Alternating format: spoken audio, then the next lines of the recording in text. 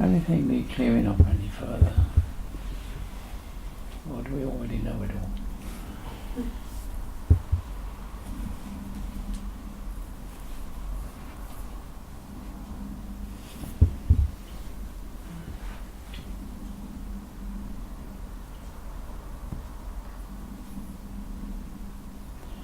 You know, words are one thing, but it's not the only means of communication. Surprisingly, there's a greater form of communication takes place when there are no words, but purely by feeling. Interesting, isn't it? Just be quiet and still, and you can feel you can absorb the qualities of the neighbourhood all around.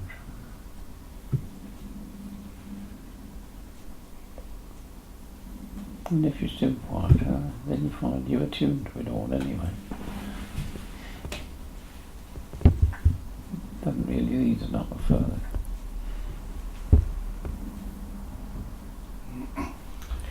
We've just been talking. Yeah. We've been talking about sitting still and listening, and you know the journey that we're on is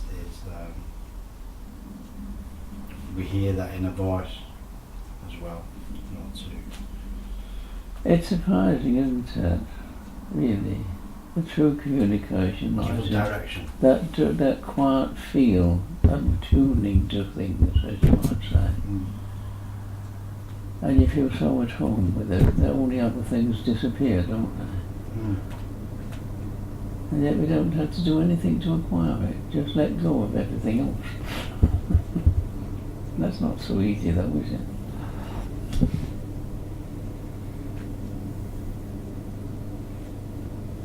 But it's something that needs considering.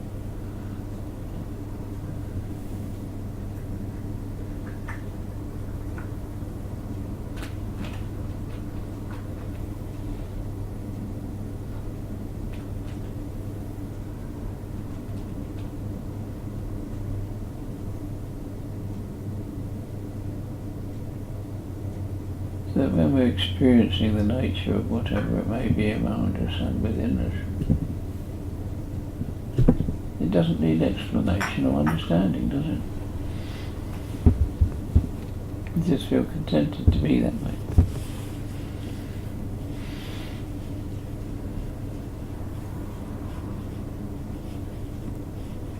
Just become a little brighter in that recognition, and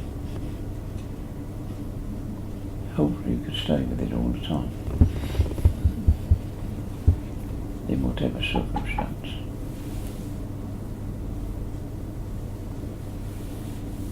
Interesting.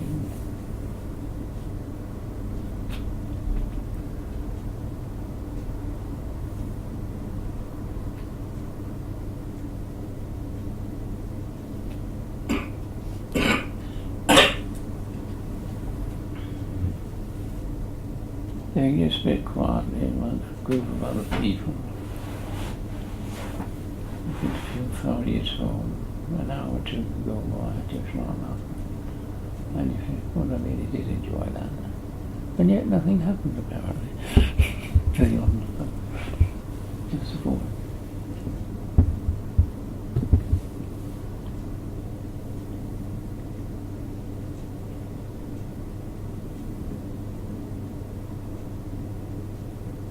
Very different to the mundane world in which we live. There's so much hurry, hurry, hurry. Just be quiet and still, and everything comes.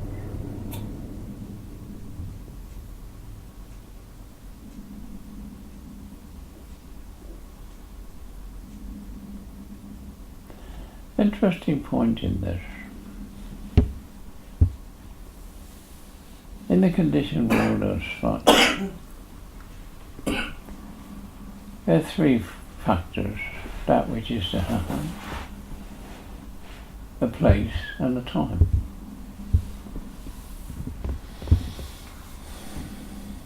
Well, the place and the time we know, but the happening we're not too sure about until it does occur.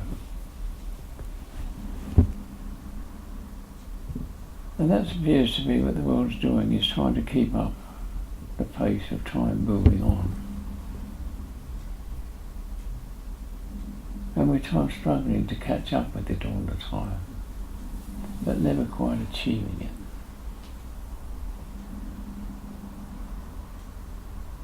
As if we just become quite still.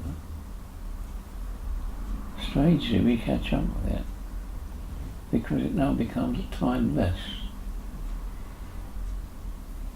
So the time stops moving now, and things can be seen for what they are in the moment. It's strange, isn't it? Instead of trying to catch up and never doing it, just stop, let it be.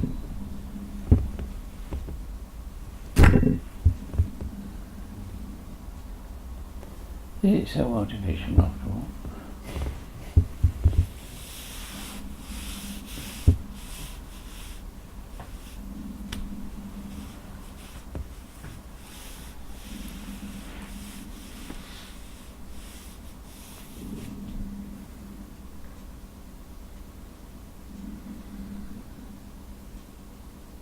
I didn't really notice it. Obviously not.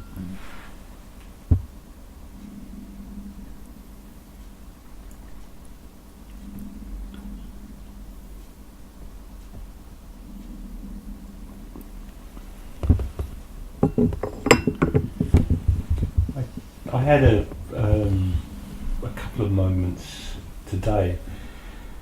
The first one this morning was actually getting dressed. Yes.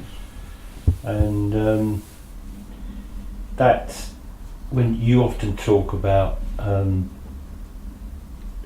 giving sort of loving attention to everything you're Every doing, little thing, every little detail. and quite often you say even when you're doing your buttons up. That's right, yeah. So I was doing my buttons up, and I'm sure I'm like a lot of people, my mind is always Moving ahead. I had the whole day in front of me, but I had this That's right, sense you're of pushing ahead. and then suddenly I heard your words, you know, Yes. that's right, one's going, you know, pay attention. That's right. And just for a brief spell, while I managed to do that, there was this incredible richness and That's right, just there in is, pure, there is, yeah. raw experience. Just to live in that moment Yeah. is surprising, Yeah, where everything comes together as one. yeah. That's right. But at the same time, I was aware of the fact my mind was always. Was endeavouring to move on. Yeah. Yes, that's right. And then another experience later on, I think it was today, was it yesterday? Doesn't matter what day it was. Doesn't matter. Just sitting there and looking out my window, and there was the westering sun, you know. Oh yes, yeah, beginning to- yeah, And the just trees, yeah. and there was a magpie, and there was just, it was extraordinarily beautiful, just that small, Fraction of a second. yeah, just Mm. beauty beyond Beyond, yes. Yeah. explanation, Yeah. you know, no, Mm. it was completely, You couldn't describe it to anybody. no, could you? it was completely satisfying, inherently complete. Everything complete as Yeah. it should be, as you Yeah. like. That's right. And we never see that complete otherwise. Because No. we're busy and on, aren't we? There's always that bit missing, and I've got to grab onto Yeah, it. yeah, So that's the illusory aspect. yeah. But the reality is in that moment, in that one moment where there's no thought, No, because you can't identify. no. That's what living in the moment really is about.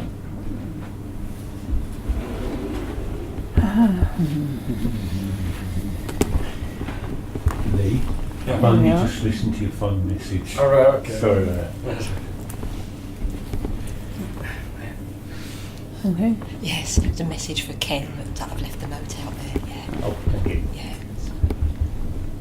Happy Christmas. No, Paul's son Ben has made a website. Paul Salmon. Oh, right, okay.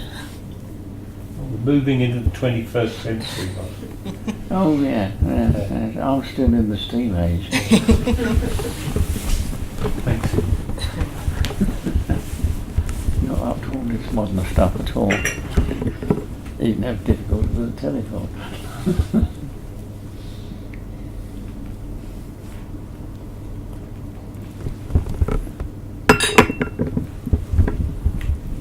That's the way of things, aren't they? We get stuck with things. I even have to translate the currency back to shillings and pence.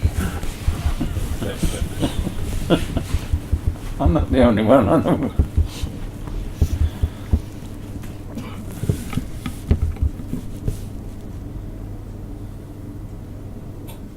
And the metric system defeats me.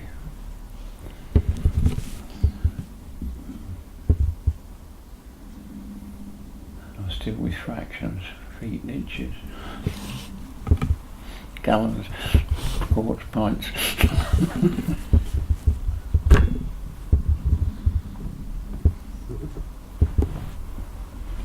I'm not caught up with the world yet.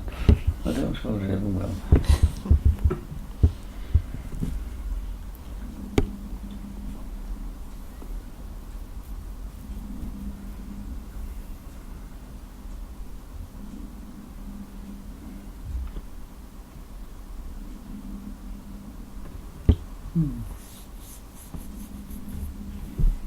Is it okay after that? Well, kind of. Well, I know everything's going to change. It should change, so it should change. But I'm not too happy about the way things do change. For the sake of it, that's a different thing. You develop out of the old, yes, by all means. But when you break that away completely and start something completely new, everybody's confused.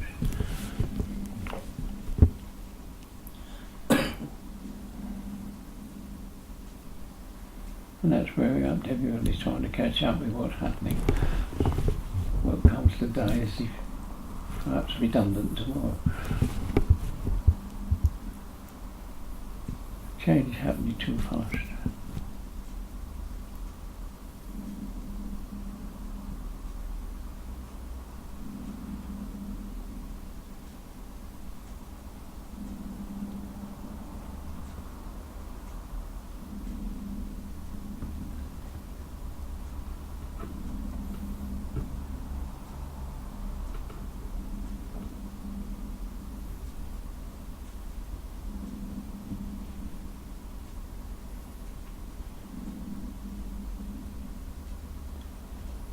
It's very, very strange, all this business.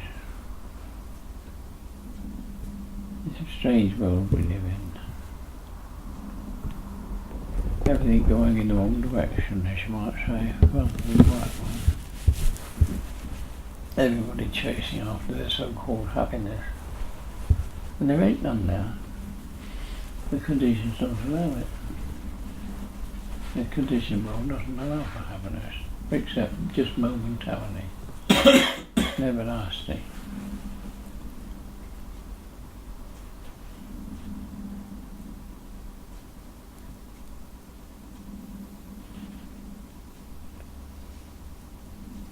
Of course, it's something almost beyond belief to appreciate that one can live in two different worlds at the same time. One with the mind being still, and the body being active. Strange, isn't it? Body being active, but the mind being still. Alternative, the mind being active and the body being a bit lethargic. Because it can never catch up with the mind anyway. Yet it can remember quite easily when it's dealing with consciousness and not thought.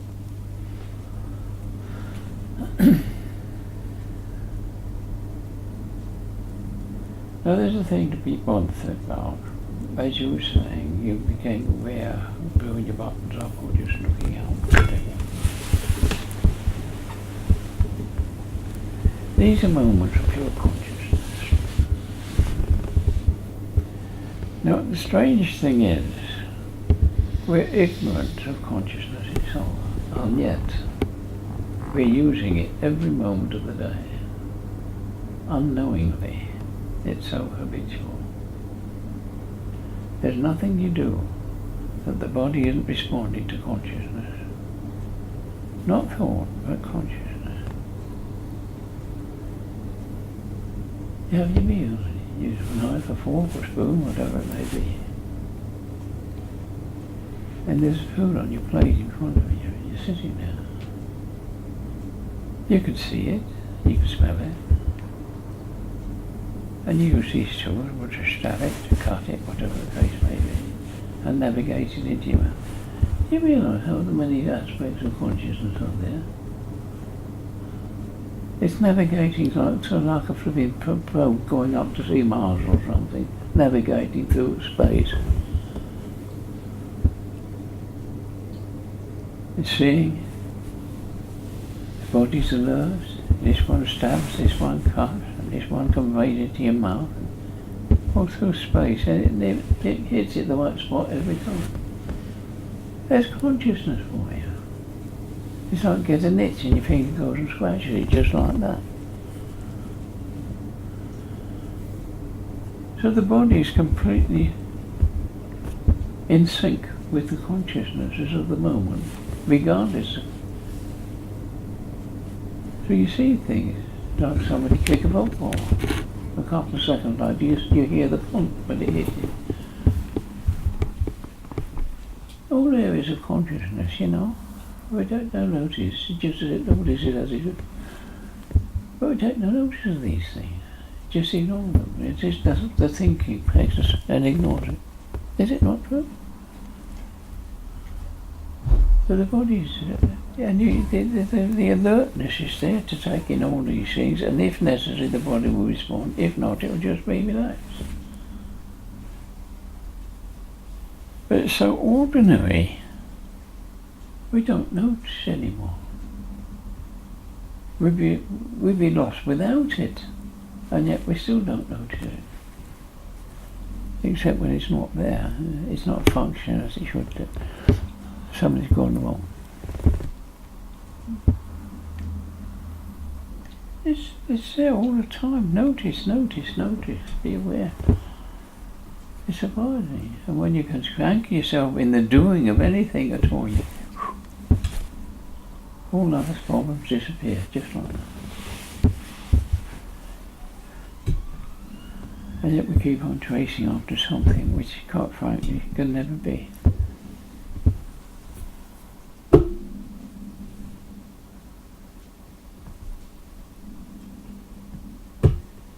Desire, we keep trying to fulfill it. The wants, the likes, the dislikes. Desire to be free, desire to have. It isn't the having or the getting free of things that's the problem. It's the quality of grasp of self. Duality. Stay still and recognise the fact that you and the object are the same one. It's just experiencing is the reality. The experience of the moment is the reality, not me and that.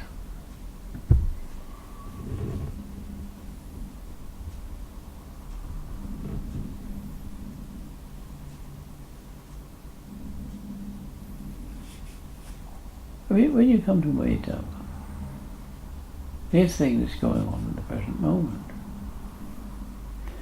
Do the ears hear words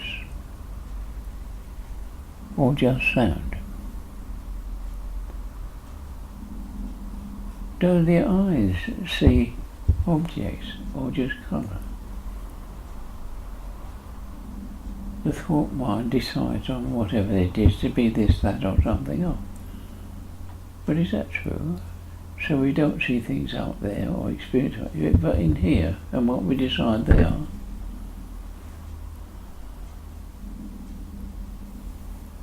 They're point to ponder, aren't they?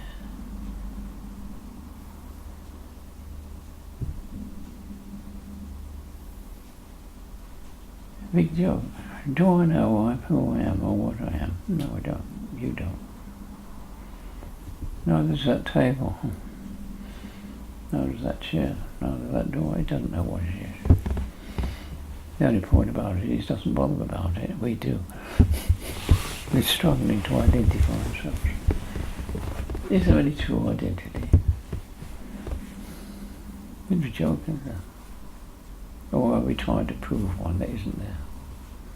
Because of duality. But then is there truly any duality? Particularly when we go back to seeing and hearing again.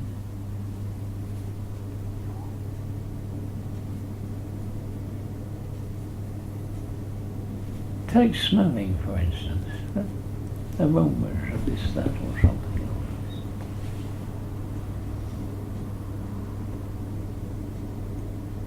The scent of an orange, a lemon, daffodil, whatever, rose, or anything else you like. Do you really experience the source, or merely, as you might say, the flavour of the scent itself? Because you're familiar that this does this, this goes with that, this goes, then you identify. But is it true? We don't question these things.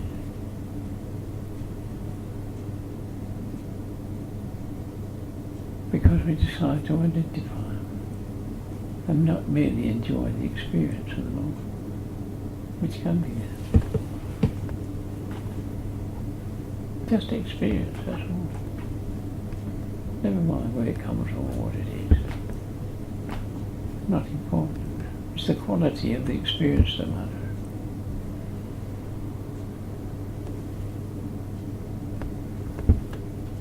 In every case, whatever the experience, in whichever field,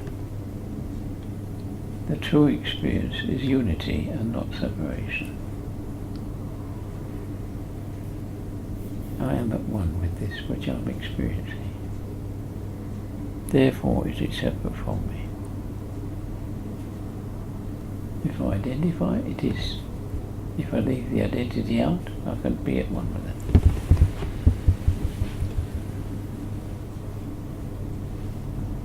Experiencing, feeling quietly, gently.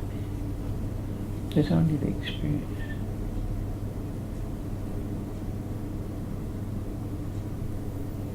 In the seeing, there's only that which is seen. In the hearing, only that which is heard. In the smelling, only the aroma that is there. In the tasting, there is only the taste.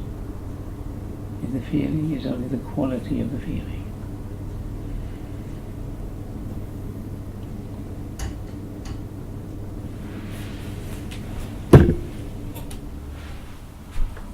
Is the experience feeling good? No, that's a concept.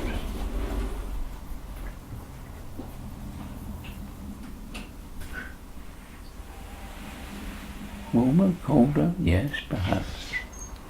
Harder, softer, yes, perhaps. But wood? No. Could be a bit medicinal. Could be anything else. Just little things point out. It's there within the experience of the moment. Just the contact coming together as one. That's all.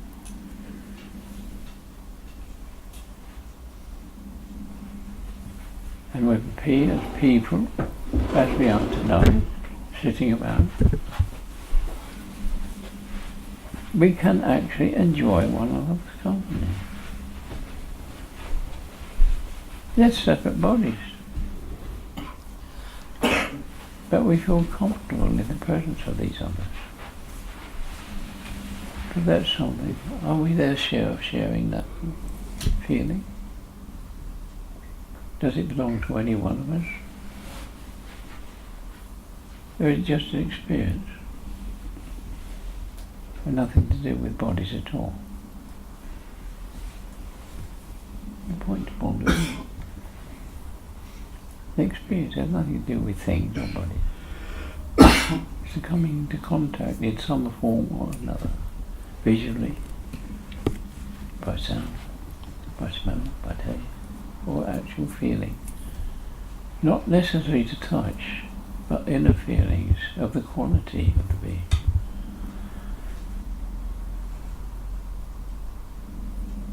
We identify many people on the basis of their first meeting and the emotional contact with that person at that moment in time. Which this one is not being very nice, or that one very nice, I can live with that. Because the quality of being at that time is what we meet first, and that's why we identify them. Then we're very surprised to find it's a bit different later on.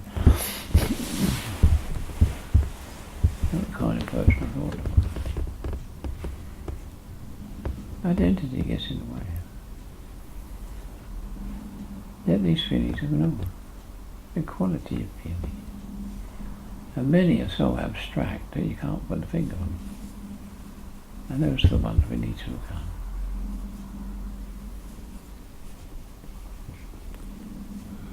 at. Strangely,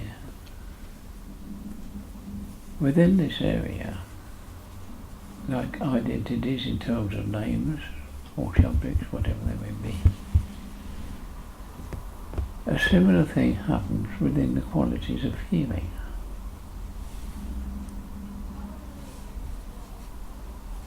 The little nuances, the little differences within a main aspect of feeling, which give you a form of identity. But this is a knowing one without verbally identifying as separate. So in actual fact, in the knowing aspect, it's a tuning in to the frequency of the other, so that they're no longer separate. It's a joke, isn't it? And it's constantly changing all the time. But it's not a problem. Because we go along with the change anyway.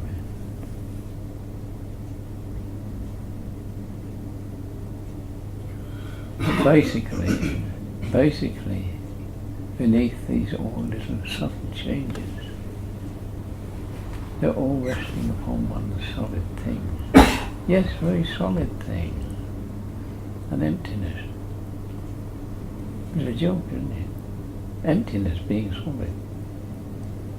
It's more concrete than anything you can imagine. It's more firm than anything. And nothing exists without it. When we tune into that, and its slight nuances, as you might say, little variation, we can appreciate it in the unity, not in the duality anymore. So we experience the qualities of all things in that way, and know them for what they are, and never are separate from oneself, because one is still in that empty point. There never is a time where we're not in it. We delude ourselves because we identify things in duality and create a separate world of conditioning. But it's only a delusory state. And the longer we cling to it, the more we suffer. Anything other than being at peace is unacceptable. Even to ourselves, living in thought and ideas and emotion, we always know that. When we say, I want to rest from this, I want to rest from that, I want a bit of time to know myself. Not true. So it's just observation of what is truly there. Don't keep pursuing this, because all you're doing is pursuing trouble. Learn to let it go from time to time with a little bit of peace. And from that peace, that depth of emptiness, you begin to realise the truth. That one's own nature lies in there, not in this greater activity. In a world of our own creation. Yes, the world of our own creation. Every one of us has a different world. That's why we get so much trouble. Because the speech, try to condition other people to our world, and it's impossible because their world don't fit ours.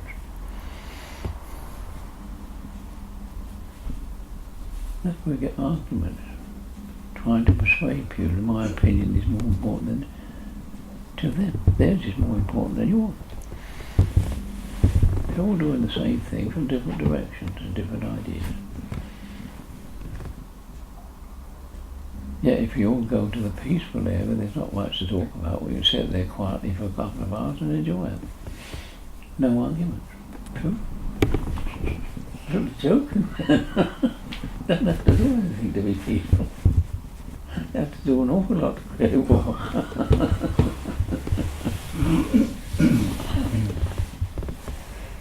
And we keep on persuaded that you've got to push yourself forward. Lay yourself back instead. It's just a way of looking, that's all.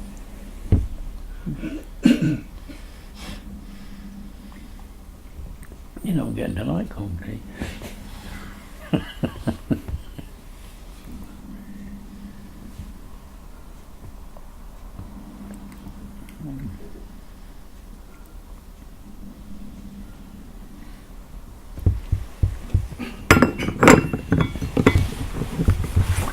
Thank you for that kind of it. Any thoughts or ideas coming up as a result of a little bit of talk? Must be some queries of some sort. When you were saying that you can just rest there peacefully, and you don't have to be anything, you don't have to do anything or argue. You don't? No, and it's almost as though people often find it difficult to stay quiet with each other. Yes. They have to have something going. Why is it difficult? For them, because they're not easy with themselves, because they haven't found that contentment and peace within themselves. Mainly because it's so habitual, they don't know anything else. It is habitual, yeah. It is habitual. And it makes them uneasy. This is right, absolutely so. Yeah. But if one takes the trouble to pursue this stillness for a little while, yeah, one finds one is able and will enjoy it. Yeah. Which is a very different thing, isn't it? But it takes a bit of a but shift. It takes a bit of getting there in the first place. Yes, it does. Yeah. And it would seem very uncomfortable for somebody to get to that. In but fact, once they realise for many people, yeah, it's fearful. Yeah. Because this is the norm. Yeah. And if I step outside this, I'm dead. I don't belong. Well, yeah. No? So there's fear goes with it in many cases. And if I stop thinking, I can't be existing, I'm not conscious. But thought isn't consciousness, that's the trouble. We don't realise that. We think it is. Because I'm aware and I identify this or that, I'm conscious. Yeah, it's impersonal and fleeting. But this is the whole point. We don't realise the value of being attuned to things and therefore not seeing them separate. It's interesting that instead of just being there, and just experiencing, always trying to get something, I find it sometimes running away from one's own pain or uncomfortableness. But it's superficial, isn't it, obviously, because you keep chasing. But the one thing about this is to look, if you want to grasp at anything, yeah, you put your hand down. You push it away. Eventually you usually go past that and hook it and throw it back to you maybe. Otherwise you're pushing it away. In the moment of touch is to push away. That's one of the problems, isn't it? The mind's doing that all the time. You try to get near it and never quite catching hold of it. Because in truth it can't truly capture it. It never could. But one of the things that is worth looking at, and this to a degree, is meditation. It's not what people believe it to be. In many cases it's thought wrongly, utterly wrongly. Because unless it reaches a point of total relaxation, it won't work. Therefore, if you must keep on this, you're striving and holding rigidity. And that's the way people do it. You must hold on to this and hang on to that, and if you fall away, come back. You don't need that. You need a more greater relaxation. If one can be pinpointed for a little while, initially, yes, that's okay. But if one then finds the mind is wandering, go with it. Don't keep bringing it back. When the consciousness is trying to open itself up into a different direction, different dimension, instead of hanging on to this one. People don't preach in the right way. If you allow yourself to follow that consciousness, then you're going to a different dimension. But you wouldn't be following thoughts. And you begin to find that your thoughts begin to relax, like your body will relax, and emotions will begin to disappear. And then with the emotion disappearing, you lose all sense of identity. You lose self. Yeah. And this is where the thought aspect begins to thin out. So it's all relaxation, not in any way being tense. I realise that. It is deep relaxation. That's right. Yeah. But And if you can relax more and more and more, then you'll find this stillness. It'll be there. And from there you can observe everything and realise it was always there, underlying every single bit of movement, there's still that stillness.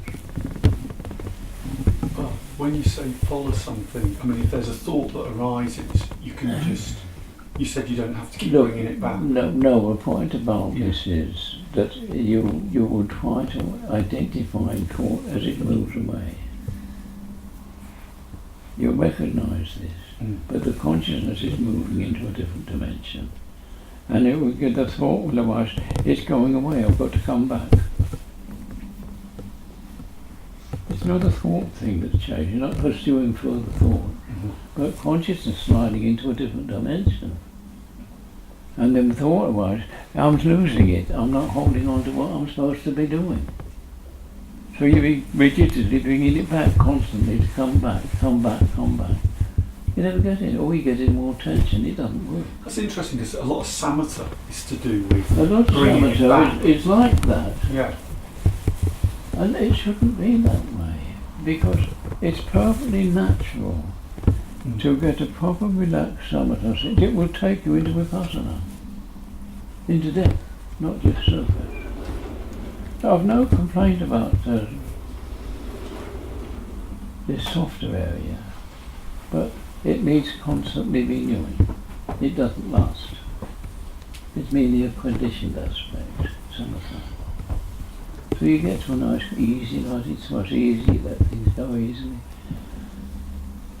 But when a couple of hours later you've lost it, you're back to the old things. It doesn't change anything. So you have to keep renewing it, because it is part of the conditioned world. And when that consciousness slides away from that, and you get the thought coming, let go, let it happen. See where it takes you.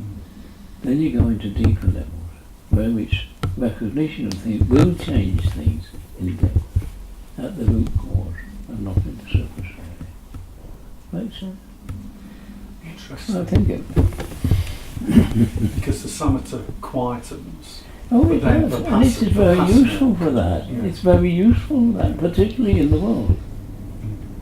Because it takes away a lot of your problem. You have to see things a little more clearly for a little period of time. And it sometimes allows for passive. But unfortunately, it needs to be maintained almost every 3 or 4 hours to maintain it through a day.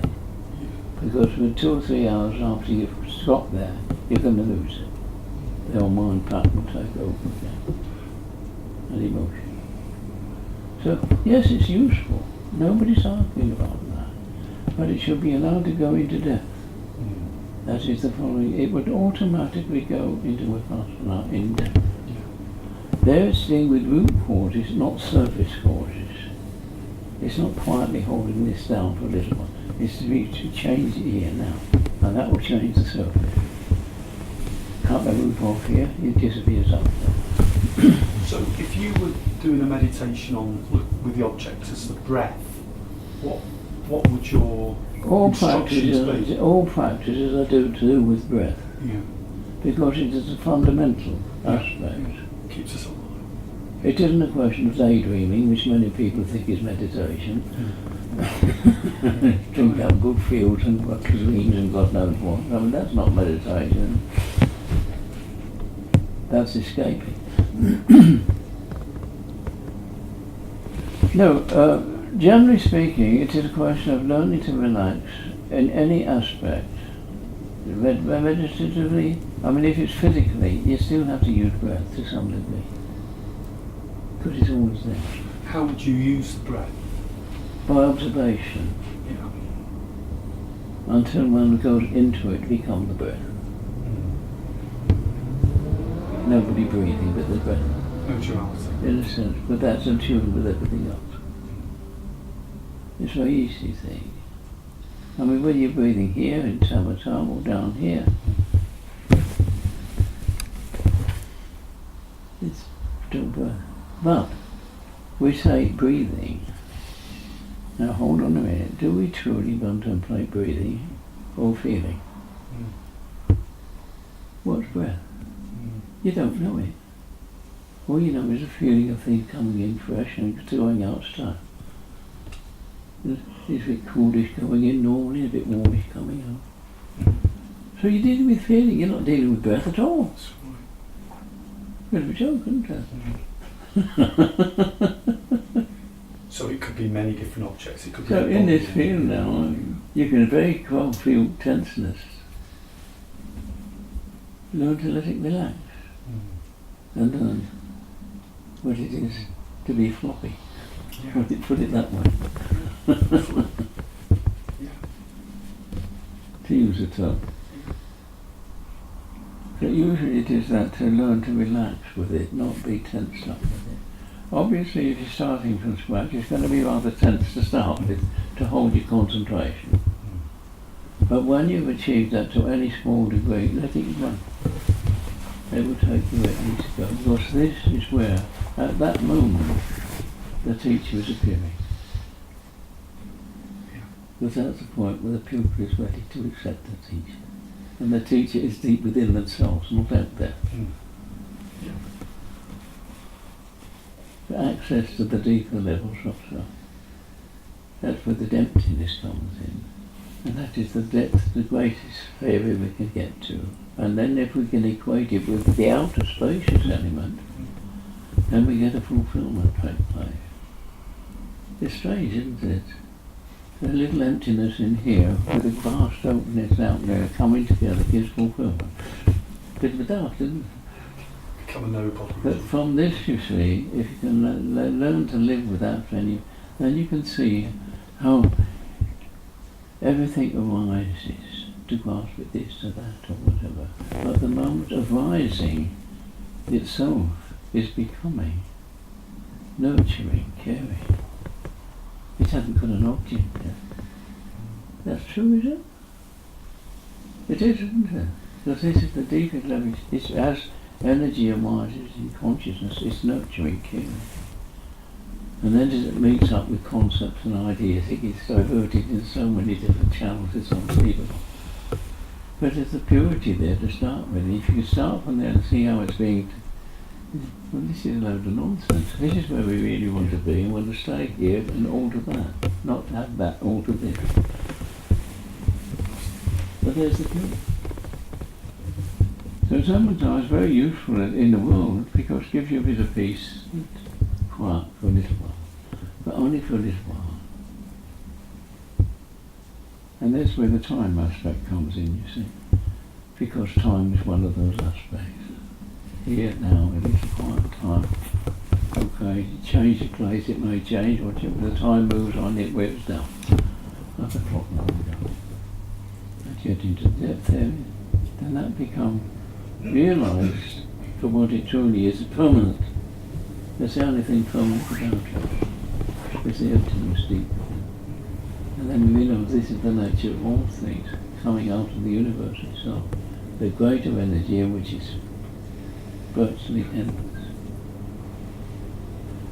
in its purest sense, and that can be used, and one becomes that. So instead of me and that, I become that channel for that to come through.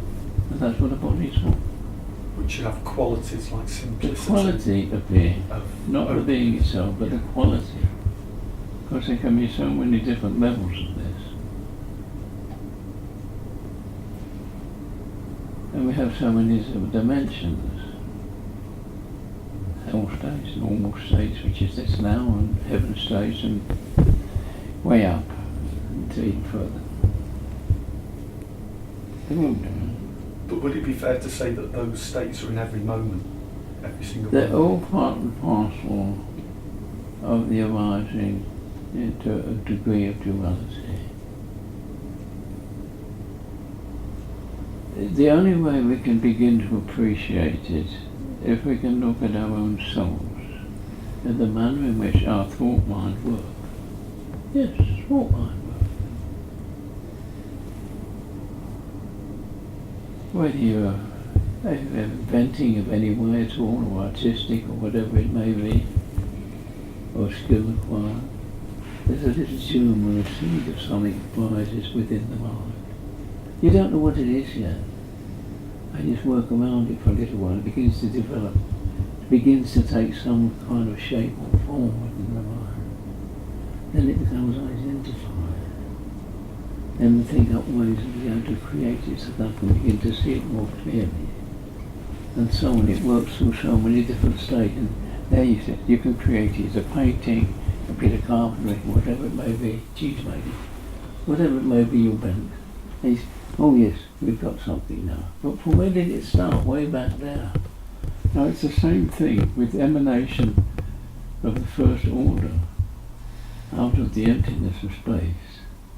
And this is where space obviously is the most important thing of all within the universe, because without it there couldn't be a universe. If everything was solid it couldn't happen. It's true, isn't it? Now, this is where we're fortunate today. We don't need the insight that the ancients had, and they did have it. We need telescope to prove it. The first thing of any emanation out of the emptiness is gas. We build up bigger and bigger when we get so heavy it explodes and forms a star, or perhaps a universe around it. That's the way we see things, isn't it? Generally speaking. But there's something to be said for that. The ancients knew this, they could see it instinctively. That's why they had a better communication than we do. But again, when we come down to that, everything's arisen in that way. Out of nothing comes something. So biblically, Buddhism, as you might say, the unborn, unmanifest, whatever. Genesis, biblically, there's still in the void of the great depths, or whatever that may be, the deep. A bit of movement, the word is God. That's it. And scientifically, yes, there's another way of looking at it.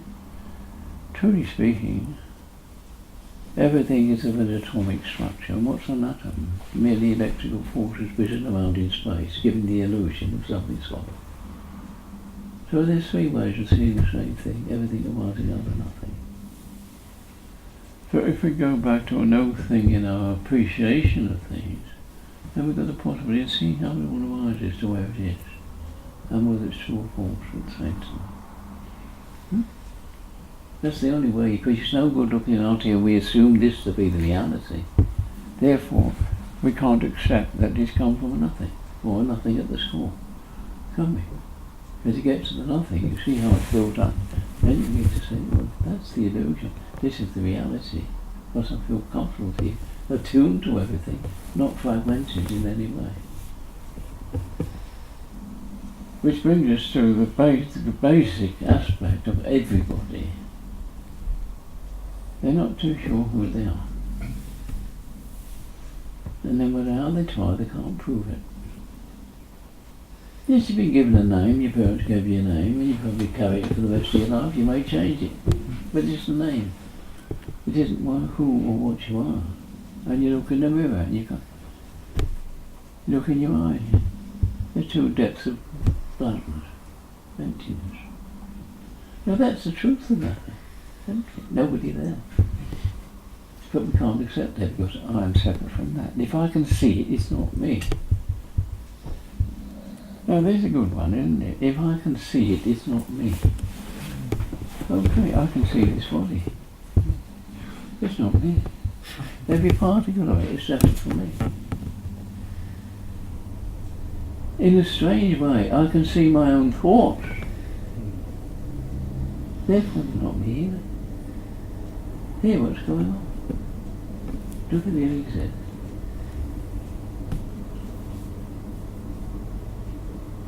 The only thing you can look at is this. Every now and then, and it is just rarely, maybe some people very rarely, others more common, you have thoughts you don't want to be thinking. Now that's a good one to look at. It's almost though there's a split. There's two aspects here. There's the thinking, which is chaotic, and something which is watching, which is perfectly serene, untroubled. So here's an absence of trouble, looking at trouble.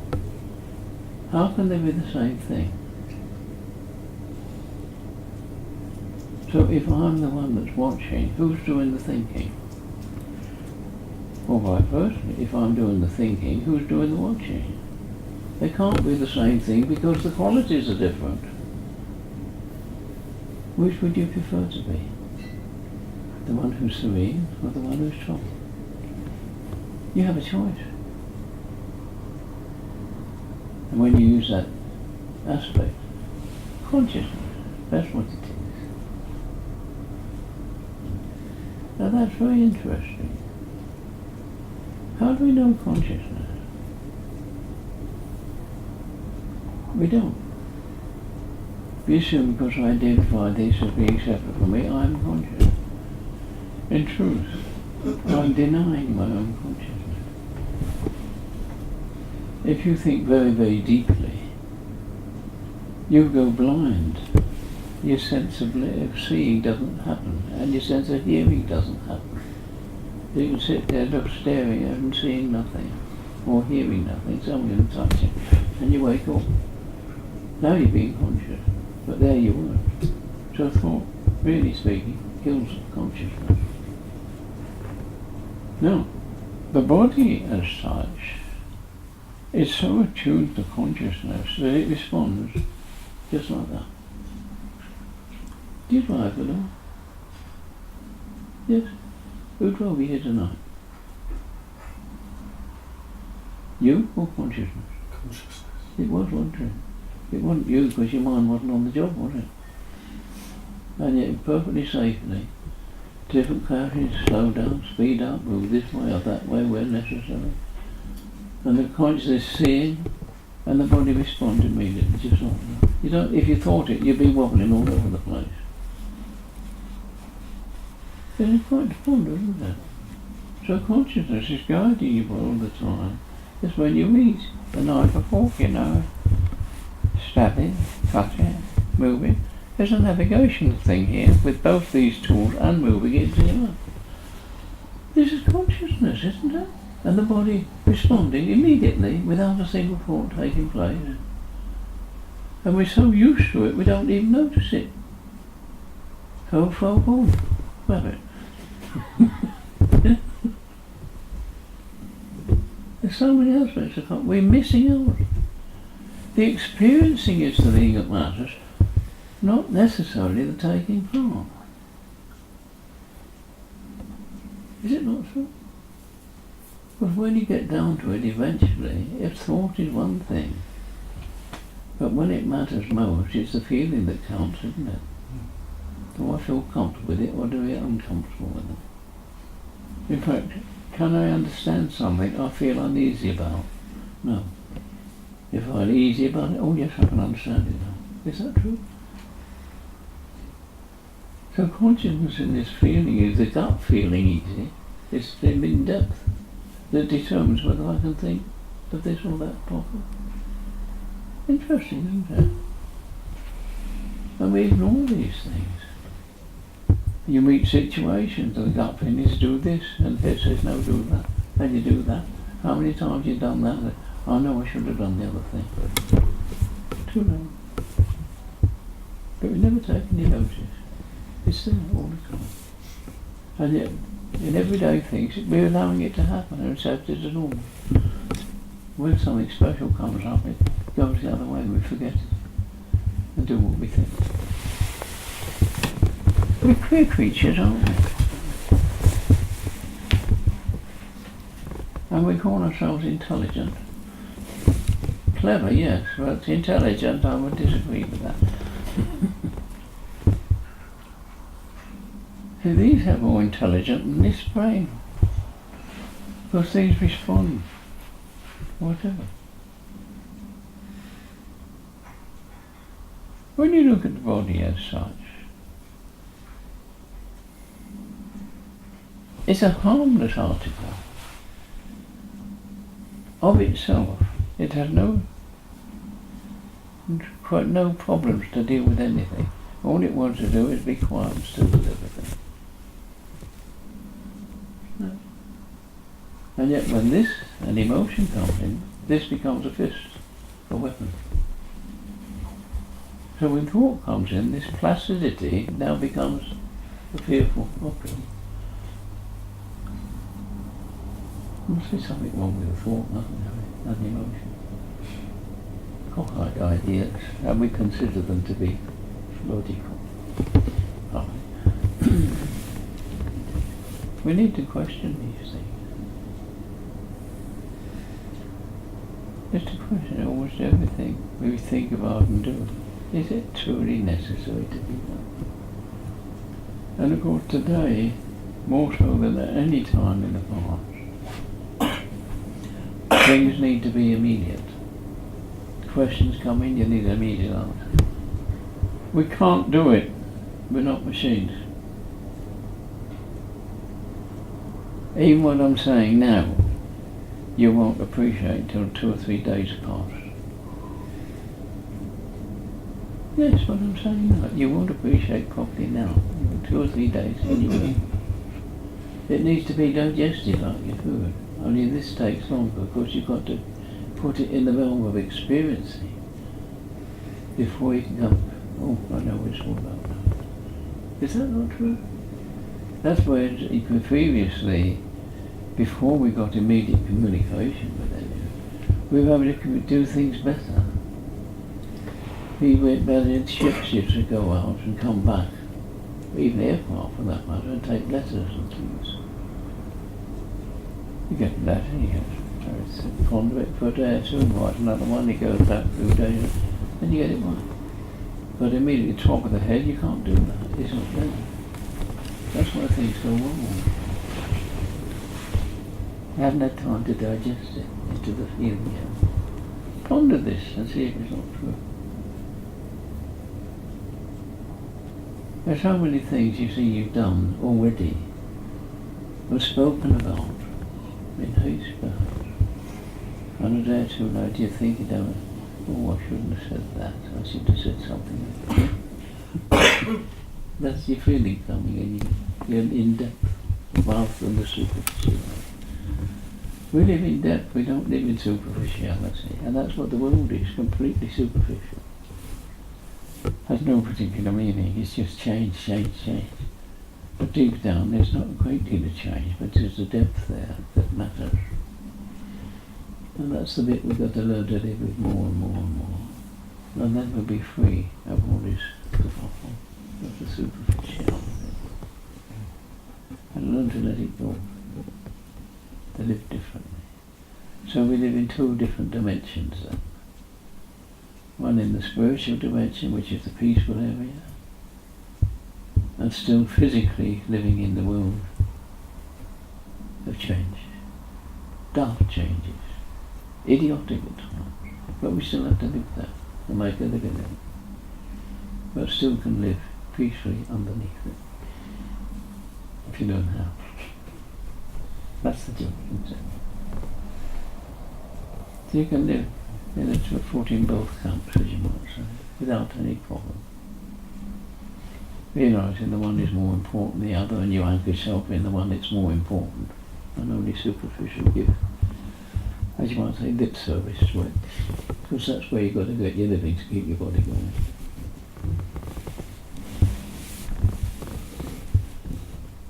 So we have to take part in to some degree to live. But it doesn't have to be all and then. And we can be at harmony in an underlying sense rather than the superficial.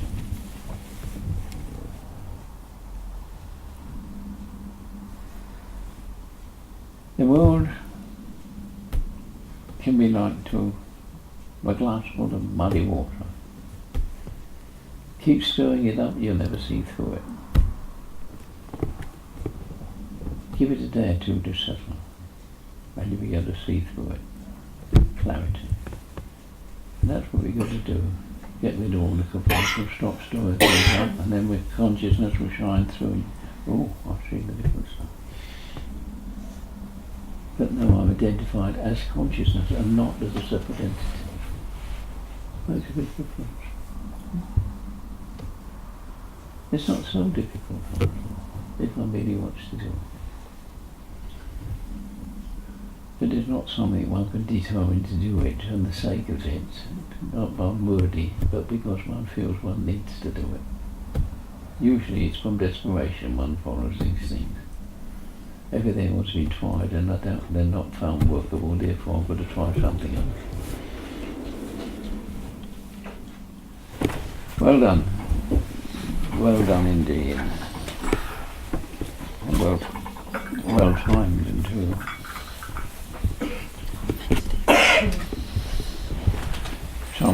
Somebody's got onto the routine very well. Very good, and looking after each one's comfort. That's what it's all about. Be comfortable with everybody. Yes.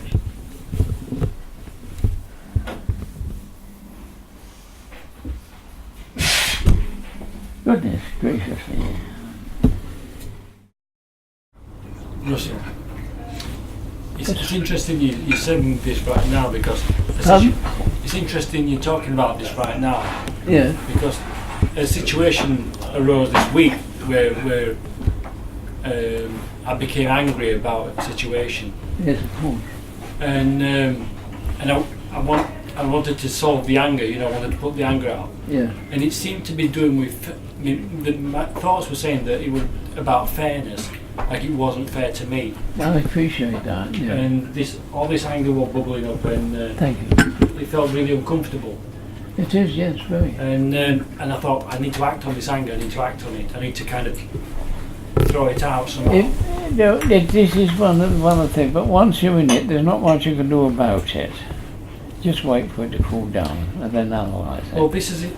Something told me to not act on it. That's right. That it would make it worse. There you got it. Don't act on it. Yeah. That is the answer to everything. Yeah. Because you're now dealing with karma. And this is how it's dealt with. By not reacting. Yeah. But in many situations anger will arise, of course. But that is the fruit of something in the past. And it's been triggered today. Yeah. You see? So if I don't do anything, it'll die now. It won't come back again until next time round. You see what I mean? Yeah. Yeah. So this is the karmic aspect. And when you get that little sense feeling, don't go with it. Yeah. Let it die. That's a good one. A very, very good one indeed. And it's coming instinctively. There's a point. You didn't have to think it. It felt like a struggle. It's almost like a little voice inside you. I don't need to go with that. It felt like, I don't know, I've been described as like No. like wisdom, perhaps. No. or No. reflection. It just happens, doesn't it? It's just another feeling. I shouldn't go with this. Yeah, but also from past experience that Yeah. these things, when acted on, then they make things better. That's right, yeah. Well, that's great, really fine, that's excellent. It's a very good thing to, when these things arise, to look at them again and say, what's really going on here? Do we really need it? Yeah. And you think, no, you don't. But Let it it was, go. it was the fairness thing, kept thinking, but it's not fair, but it's not fair. Look, the world isn't fair.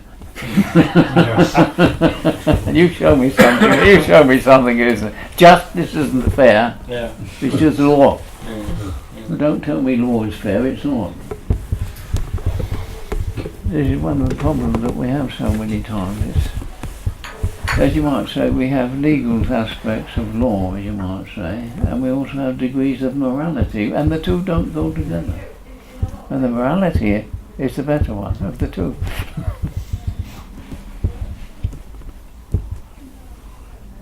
But it's like it's an attachment. It's like I needed to just drop the attachment. I mean, the point about it is, whatever the cause is, you get anger, you get dissatisfaction, you get irritability, all sorts of things arise, on the basis of something said usually, probably without any intention of harm. Usually it's that way. But of course we don't appreciate that. It's an attack on me. An attack on me, not my concept. Because we identify ourselves with the concepts, don't we? Then when you can realise that you don't really need this, I don't want to be uncomfortable with it. Well, can't I stay peaceful and don't pick it up? That's where you're getting somewhere. In that respect, is consciousness serene? Yes, the consciousness is there. It's in that sense of realisation without words. Or is that serene? It's a sort of, without words, it's a sort of knowing, better not. We have to put it into words to explain it. That's the unspoken part of it. But it's an instinct that better not do this, and we don't.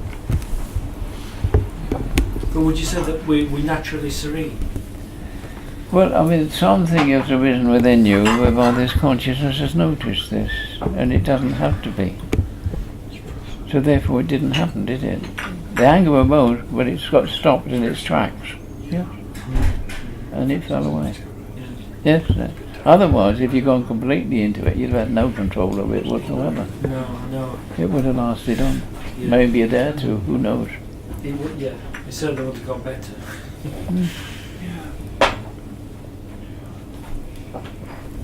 That's something's awakening, and that's a good thing. It's beginning, something beginning to take control, and that is consciousness, being aware. Would you say it's like the watcher? That's the way it is. The consciousness is always watching all these things, but so often it's ignored. Yeah. And it comes usually not wordily, but in the sense of putting the brakes on. If you like to use that term.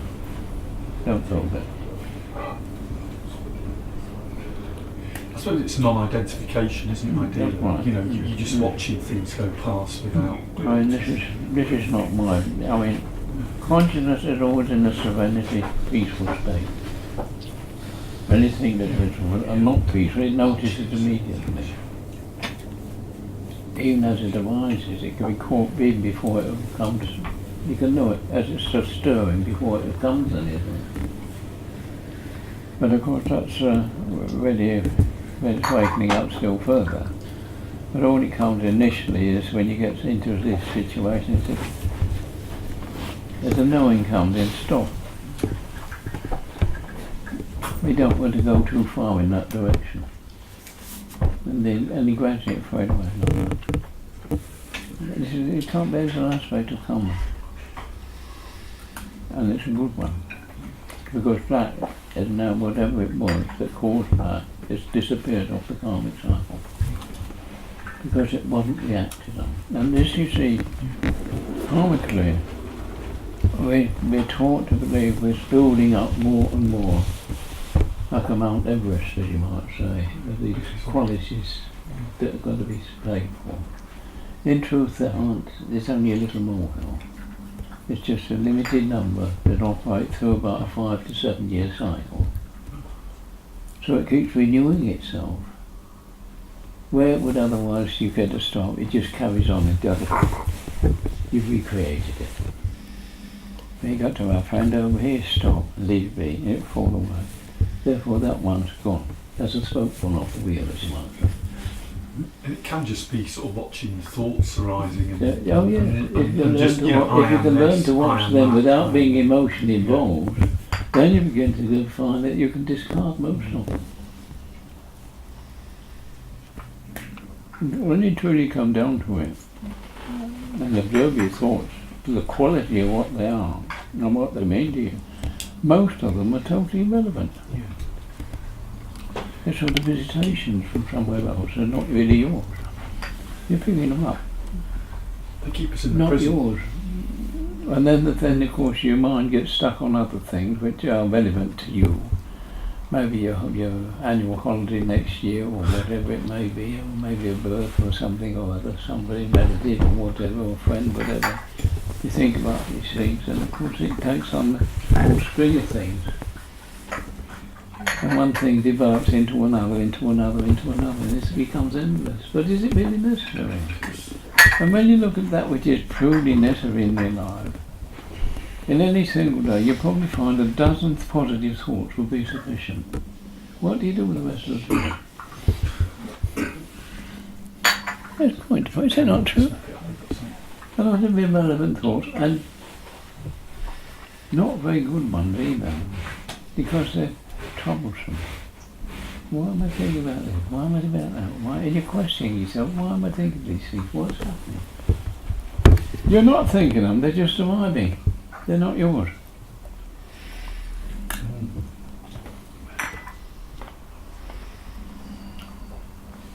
One of the things in this is, and this is the thing we need to be wholly aware of,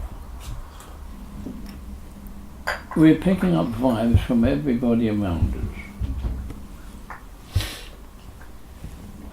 We're all well aware of the obvious, of course. Somebody who's really stewed up in anger in it, and before long everybody's angry, or somebody's irritable, and we all get irritable. And we make it out, and we even get irritable with ourselves for picking it up. So it can last 2 or 3 days. In the meantime, we're passing it on to other people, and this is the way the world's going on. Now, picking up these various aspects, thoughts arise upon them, as if they were us. And that's why we're confused. We don't know why we're thinking these things. Yes, it's on the vibe that you just picked up, and you didn't even know you picked it up. You think it was yours, because you've identified yourself as being that. So we live in a confused state. It's only when you think of something positive, I'm going to make the tea. I've got to do this, I'm doing that. Well, okay, that's fine, that's positive. But all these irrelevant things, you know, it's from these vibes that you're getting in, thoughts arising. So therefore, to some degree, they're not yours.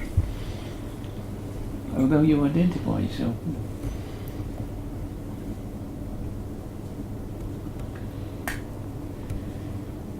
No, I find his anger, emotion, something.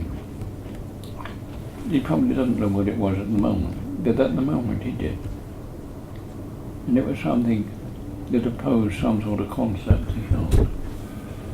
Like his anger. So it was his anger there, not somebody else's. But normally we pick up somebody else by the vibes and still carry it this way with a bit of resentment to ourselves for having done so. Because we're not happy being that way. We prefer to be more cooled down. Because when we do get belligerent, it's mainly because we're angry with ourselves, not with somebody else. It's what's in us. Yeah.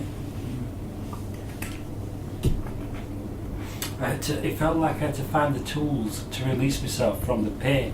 Yeah. Because it was too much, it was overwhelming. We're quite irrational people, really. We're out of control, everybody. And we believe we're intelligent. That's what's one of our problems. We're not intelligent, we're just damn clever. Too clever for our own good. And cleverness is mistaken for intelligence. Intelligence is to see things clearly and to respond to the need of the moment. How often can we do that? But do we often see the need in anything? No. We see a thing happening and goes back, the old composer of the mind goes back to 10, 15 years old, something similar here. We do the same here. So we bring the past into the present instead of dealing with the kneel of the moment. In fact, we did the same thing back there and before that. Keep bringing the past into the present instead of dealing with the present, because you can't see it clearly.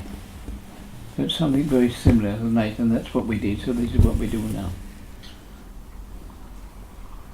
Is it not so? But instinctively,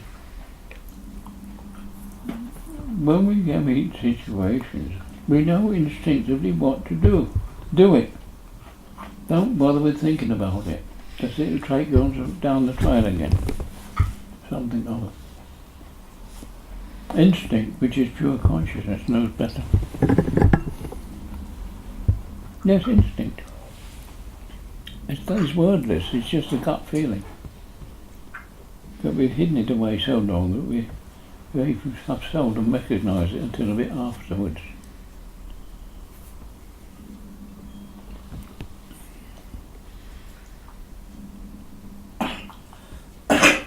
But hopefully,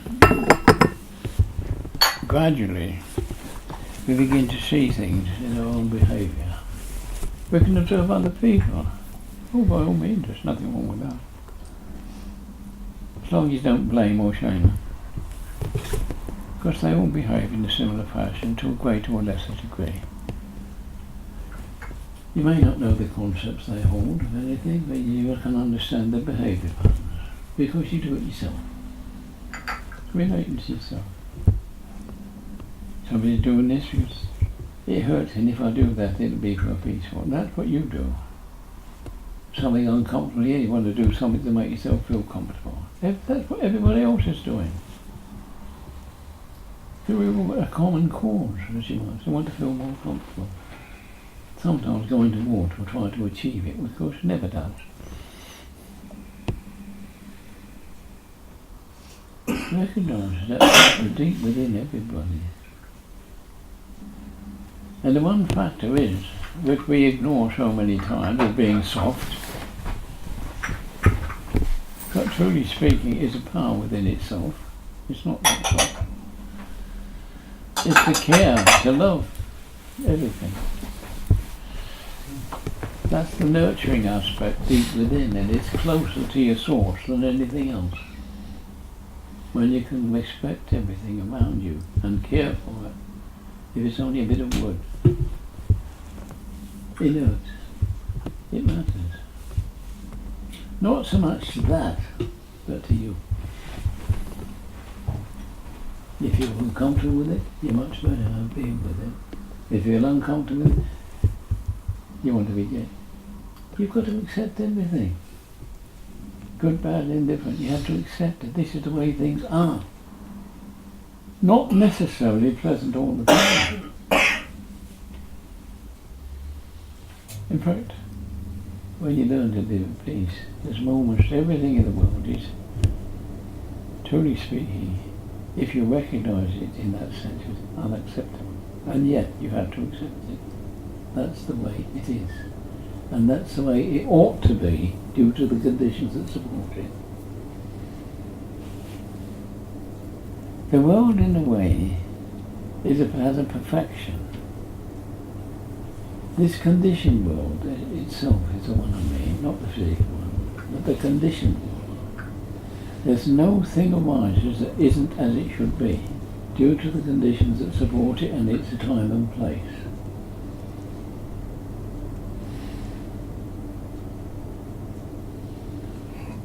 We have a little thing, a great big thing. A jet stream comes across the Atlantic, sometimes lower and sometimes higher up. And as it moves from down, it brings down the corners, it goes up and down. And we accept this. The weather because of this weather that's moving from west to east in our sense, is the way it should be, because of these conditions. We accept that. So is everything else in this world.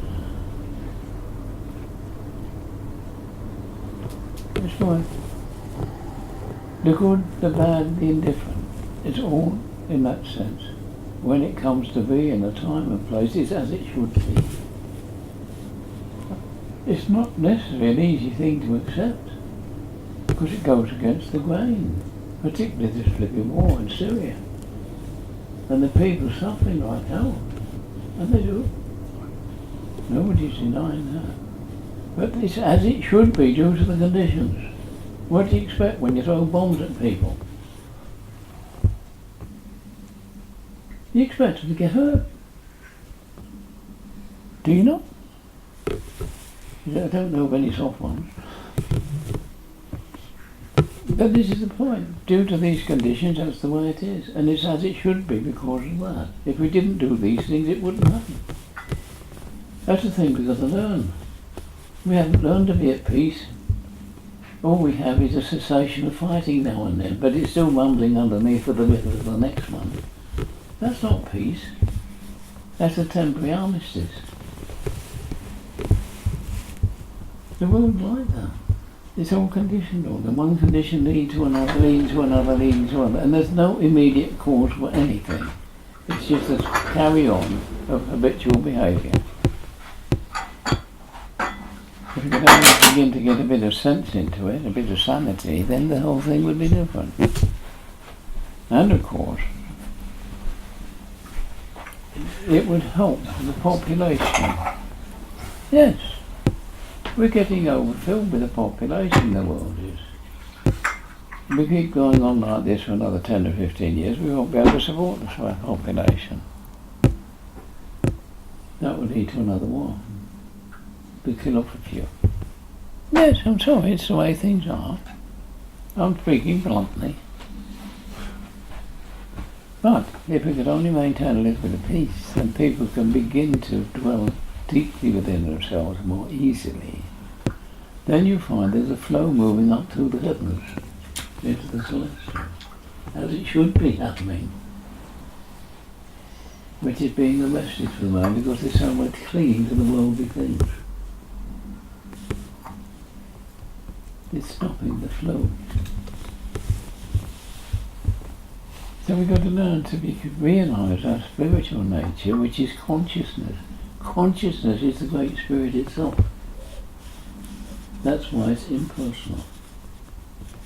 It's not mine or yours, but the cause of all things. That's the stillness, the void. And when we begin to realise that within ourselves, then we get that flow and loosening of our clinging to this world and float up through the heavens, eventually making to the celestial, and thereby further up towards our own soul. So we become qualities of being instead of people having qualities. And that would be ease the pressure on the world.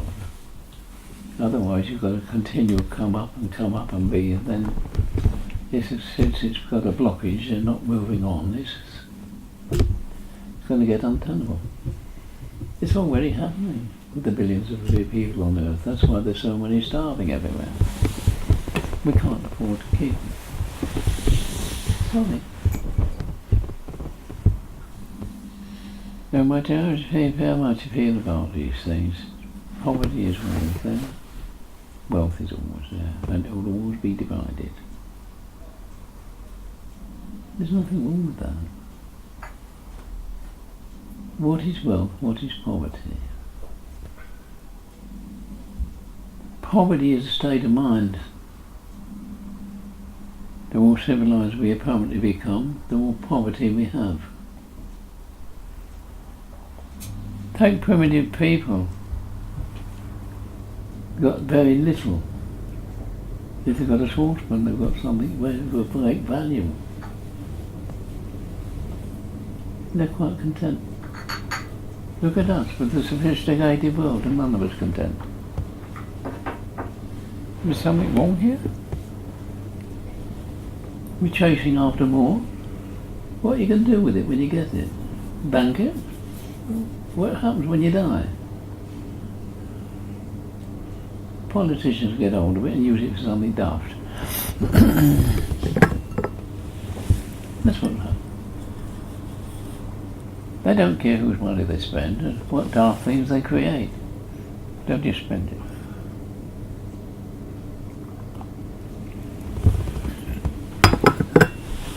What does happen to most people when they die? Hmm? What usually happens to most people when they die? They come back again in another birth. Yeah. But not necessarily. No, look, let's get this straight. This is not reincarnation. Reincarnation is regarding a permanent entity that is continually reborn. But there's a problem here. If it were unchanging, it would be stuck with it for all time. It's not. It's a changing entity. And we have to look and see what it is. And what we look, where we are now, you, me, everybody, what is the basis on which we work? Wanting, not wanting. Basically, those are the two aspects of our living condition. Is that true? Then there's an ignorance that goes with it. We don't know this to be true. So we carry on. No. Just these two factors. Usually one is dominant upon the other. Would you agree with that? Yeah. So perhaps you're born, as you might say, with, shall we say, a predominance of greed as opposed to hatred. And as you go through life and meet all kinds of conditions, you're also taught to some degree in your youth to behave in this manner or that manner. And you meet other circumstances in the world as you go through life. It's possible that at the end of your life you may have changed from greed to hatred. Or anything in between for that matter. They work together. To the degree. So what was born with greed is now become hatred, doesn't it? Now the next time someone is, the hatred comes in first. That's got to be dominant, because it's those qualities that come to be. So whilst at death there is this quality that gets born again, is it the same one that was born or coming through that life? Not quite the same. The qualities are still there, but they're changing. So if from one degree to another, 100% one straight or 100% the other, and everything in between, you've got a whale of a lot of different identities, haven't you? Now through each lifetime, the residue of what is there gets born into the next, which is now identical with the one that died, in qualities. But as it moves through life, it changes again, meeting these experiences again, whatever they may be. And of course, the place where it is born, the kind of family it's in, and everything about it, is conditioning it to some degree. You see? Yeah. So there's so many things conditioning the change. So it's a changing identity and not a permanent one. In the same way, if physically this body and yours, in the space of 7 years, if there's not a single cell of that body is the same as what it was 7 years ago, including bone. It's died and be reconstituted in some other fashion. Blood is the easiest and bone is the longest it takes to do. So the time the bone changes, you've had a blood change of about 500 times. That's why, because it's at different areas in each aspect of the body, it's unnoticeable. Because if they all come together, it's gone. It's a joke, isn't it? So you see, even the body is changing, even as the thought mind and so on, and the conditions that create those. So it's a different person who's angry to one who is friendly. But there's basically the ignorance of the fact that it's these factors that keep getting born. But they are, since there's an ignorance factor, that is the point, the ignorance factor. If we can recognize them for what they are, then the ignorance factor begins to decrease and we become more conscious. Because the ignorance factor being ignorance of the consciousness of the thing. Does that make sense? So as we become a little more conscious, we go, well, that's perfectly true. It is like that, after all. And all there is a striving to follow one another, a clinging to this aspect, desire, aversion, desire, aversion. If you keep feeling, you get worse. Suppose we rein it back a bit instead of letting it go freedom. Now we're getting somewhere, now we're getting a little more clarity because we're slowing down, we can see more clearly instead of going apart. If you're going at full tilt, you don't see much around you, you only see what's in front of you. But if you slow down, you can see all the scenery you might try. So clarity of consciousness begins to dawn as we begin to realise these things. That it's not me, it's these conditions going on, it's these conditions changing that's made me. Am I really separate after all? Because I begin to feel that I'm attuned to everything else. Therefore I'm not separate. Does that make sense? So the ignorance clearing gives you clarity. The more deeply we think, the less clarity we have. You say, I can understand clearly. All you understand is the chaos. You don't understand truth or clarity. There's no such thing in knowledge. But instinctively.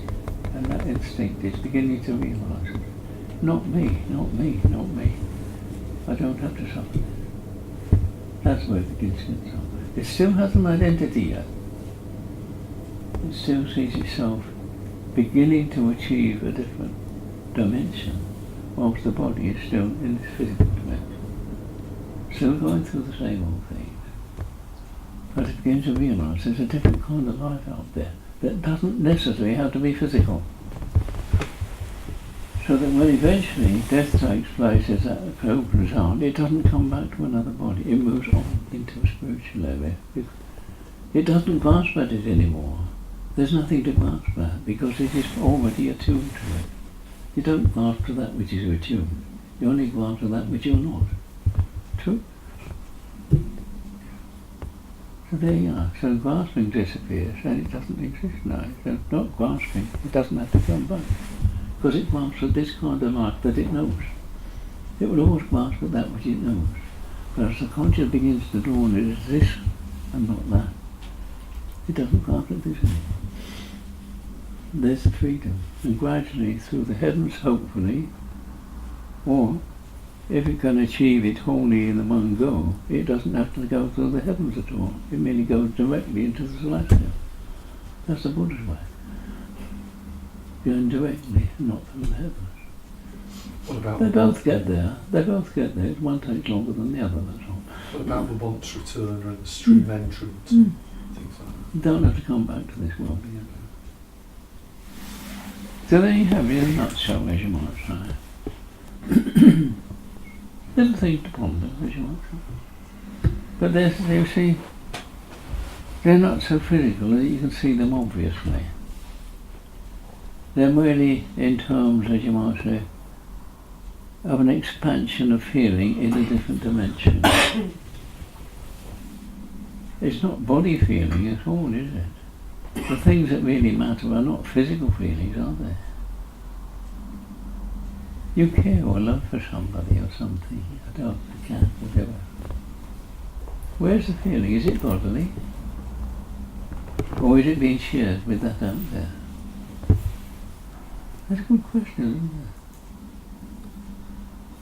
it? So if it's being shared altogether, how can it be me and that? Because we are in the same quality of being. So everything is saying that this and that is all one.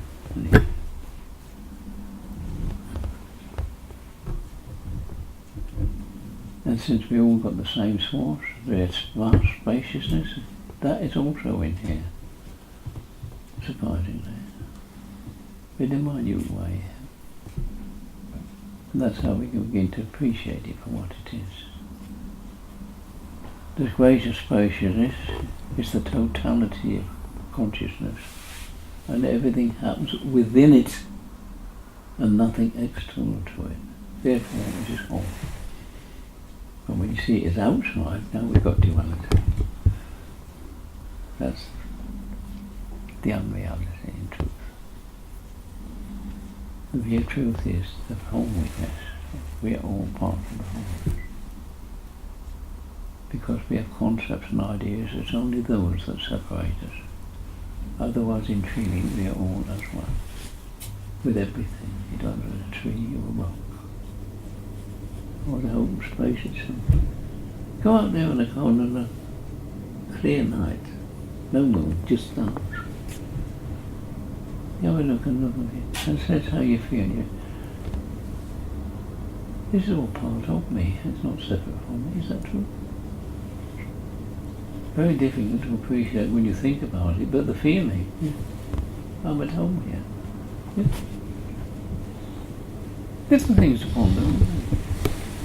In every direction you begin to see there's that sense. This, you see, is what awareness truly is in the existence of this very moment now. And that right here, when these buttons, noticed, very fractal of the very subtle expansion of consciousness. No me doing it, just that. And the same way is looking at the stars. There is only experience. There is no consideration of any experience. That can't happen. It is possible, yes, this is possible, to recollect something in feeling, in which case you re-experience it in the now as it was. But memory is something totally different. It's usually concepts and ideas or conversation of this or that. And they're untrue. And even the memory is usually a bit wacky. But to recollect, there's something. Because there's something to be learned from it. Recollection, to relive it. And you can see, well, that is possible. But then, is this part of the timelessness that all things have happened in this one moment? At this point, is that possible?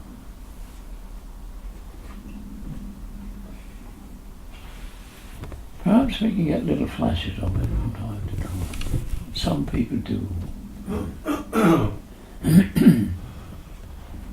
In the past we've had many seers, as you might say, who've seen things that's never happened. And one like Leonardo da Vinci, for instance, with all these modern things that he came up with. He made crude ideas of them, but he already knew what it was talking about. And he showed his fuddled mind at the time trying to construct these things that would be like that. And I remember there was an old man in the 9th century.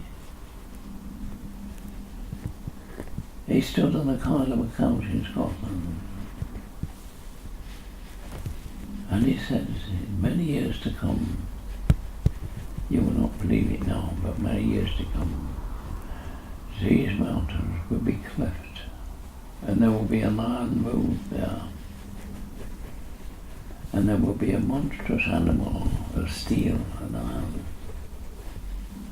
spouting flames and smoke, and drawing behind it many houses with people in it. Well, wait. It happened later, many hundreds of years later. How could he know? We can go back and appreciate things in a similar fashion, if you know, are prepared to do so. The strange thing about her, this isn't just physicality.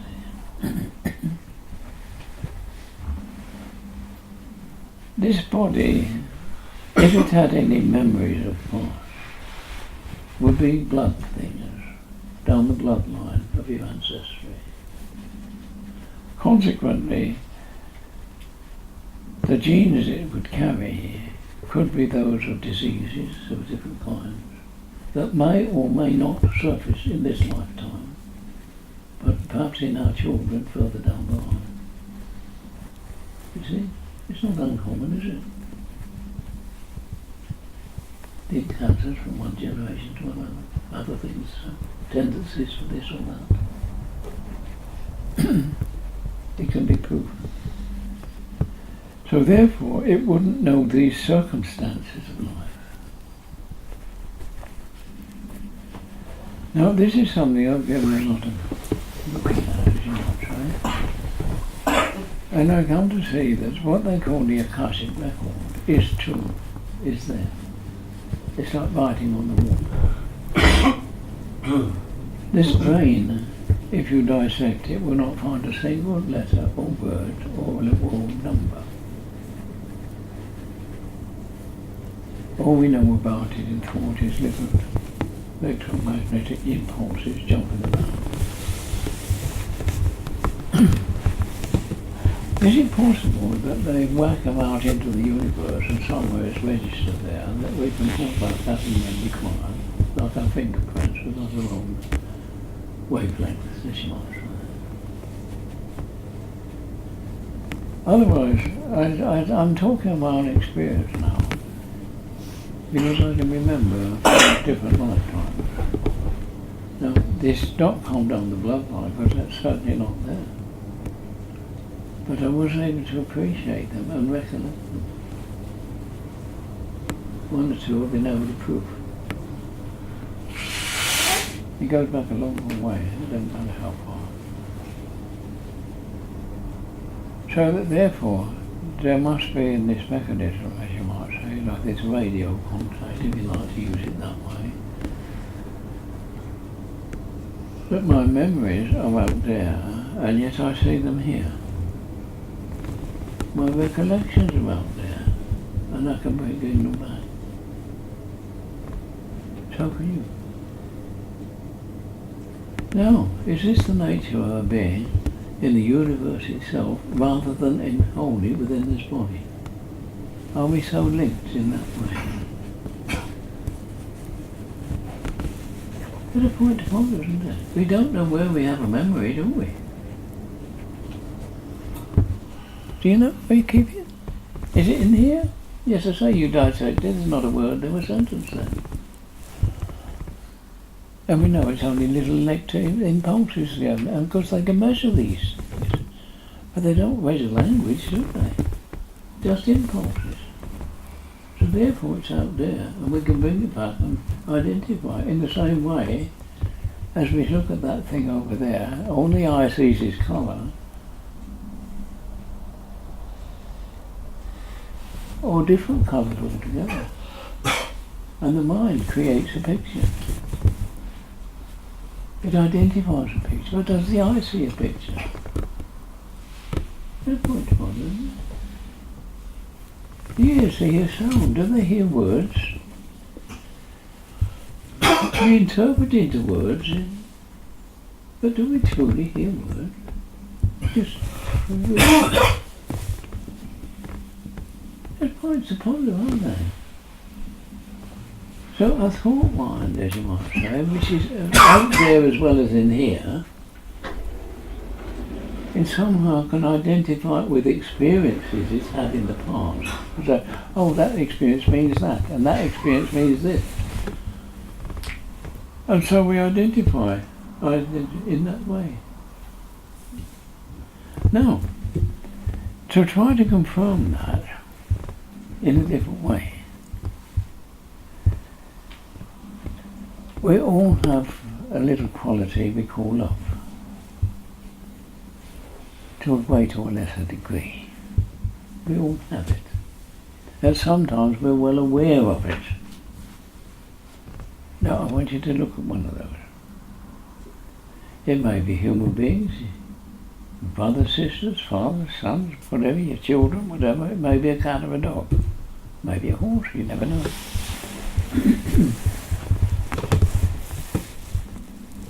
Now, generally speaking, when we look at this love aspect, it's level. Nothing more than another. Is that true? It is, isn't it? Not anyone more than another. If it's loved, it's loved. Therefore, it's even. Fine. Now, within that, different people, or animals, or whatever it may be, have a very slightly different feel about it.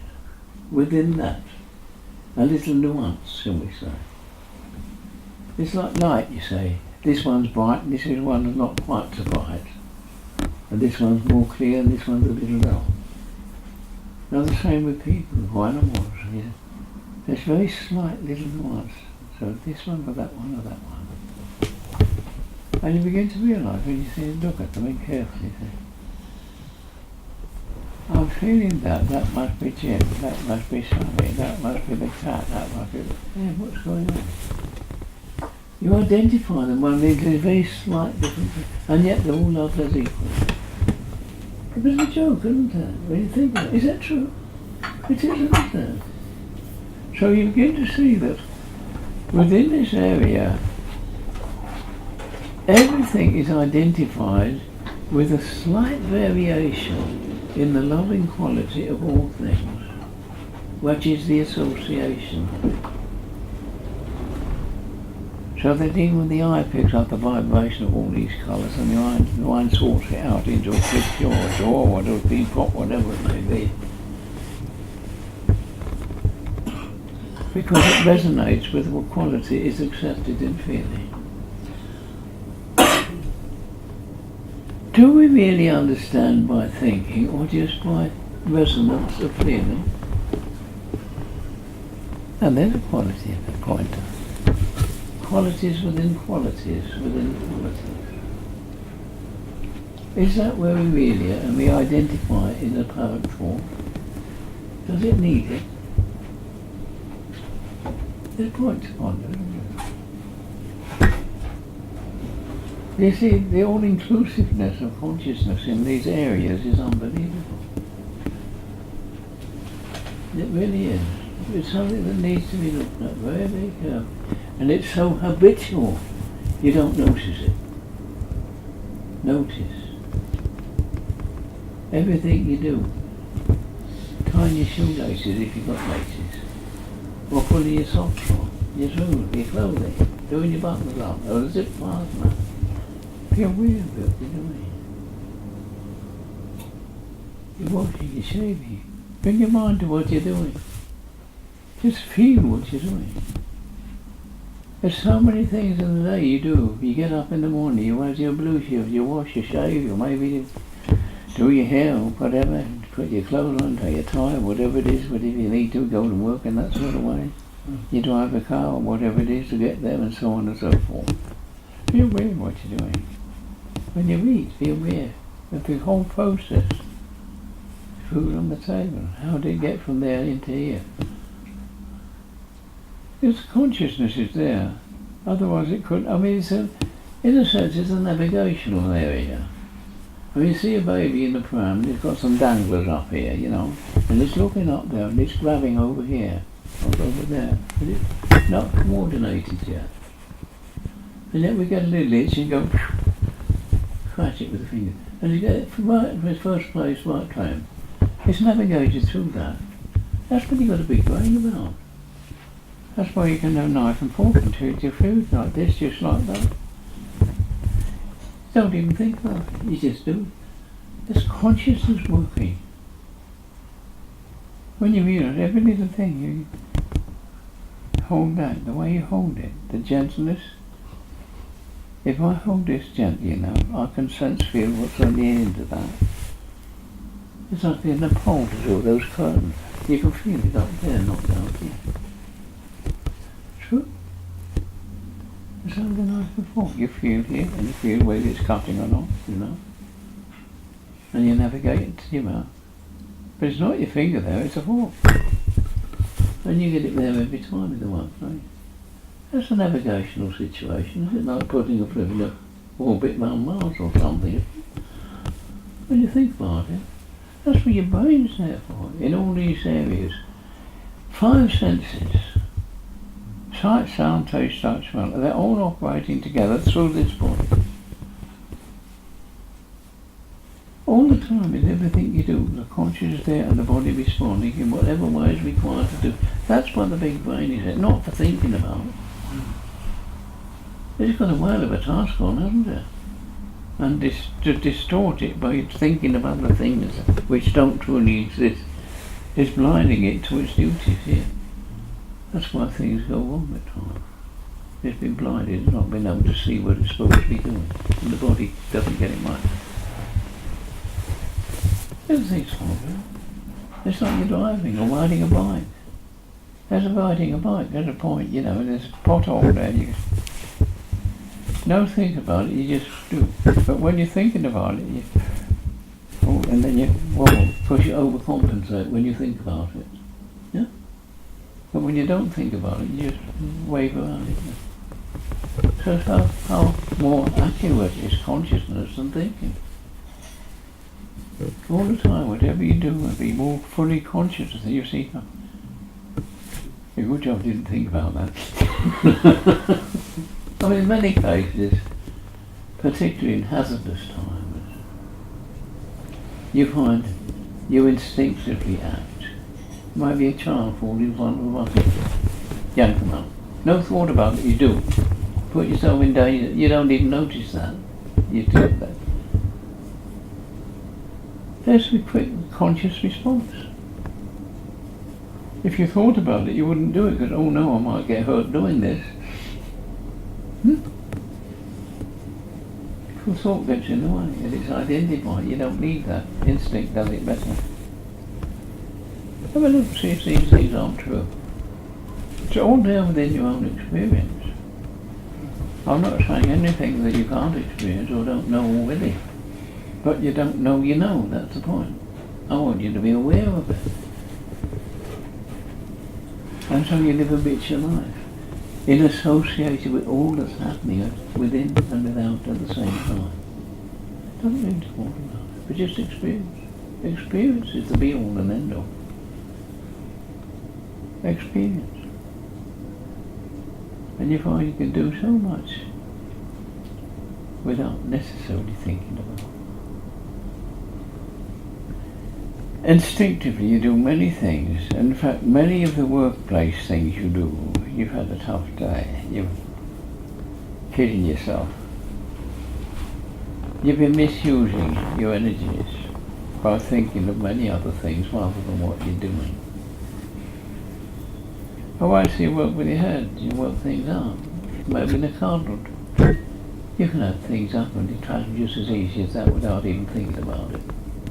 Just notice it and do it. Go to the typing form, They're reading notes here, and they get it right every time. They're not even thinking about it, they're thinking of other things at the time. They're looking at this and transferring it to here. Is that true? It isn't it? You don't really think about these things. You're translating that to that without... But you're thinking other things, and that's all the thinking other things that takes your energy, not the actual doing. So you see, there's so much of habitual situations, but we're working at, and we're not. We're working at other things, which apparently are more important. Bit of a joke, isn't it? But is it true or is it false? So it's a false life we're living in many aspects. And we believe this is the big time and it's how I'm doing this. It's not. It's something of a totally different nature. Oh no, we've moved on. Our time's moved on, haven't we? I'm hoping I've called you down, haven't you? No, you're an hour ahead of yourself. Oh, am I? Oh, Yeah. well, it's only 9:30. That's Yeah. good. Oh, that's good. Even better. That's good. We come a bit more wound down, but a bit longer. We see, it's every day all this consciousness working throughout our day for us and doing it better than we can do it by thinking. And yet we insist we've got to be thinking about this and that and so on. Do we really need so much thought? Is it so necessary? It's not. You get a lot more peaceful aspect by just allowing it to be. An empty mind can do far more than one that's filled up with a load of rubbish. Because it's confusing. You get a clarity there. You don't need to prepare yourself for much at all. It's already been done. You don't need that. To a degree, it's like going for an interview for a new job. You prepare yourself to answer various questions, because you know they're going to come at you. And you prepare yourself. And when you get there, they don't ask them questions, they ask something else. And you're stymied because you've prepared this and it's not being reactive. Go with an empty mind, and you find the mind you can respond. Don't prepare yourself, but go with an empty mind, and you'll respond to whatever is there. Trust it to do so. It knows already.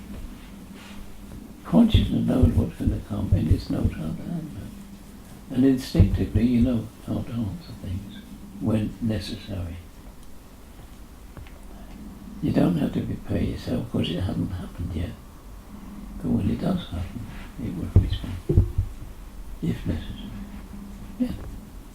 You learn to trust yourself in these things. Trust your own instinct, and it will always get it right. Because it is the source of the true consciousness that already knows. Since it's created it, it knows how to deal with it. So there we have it.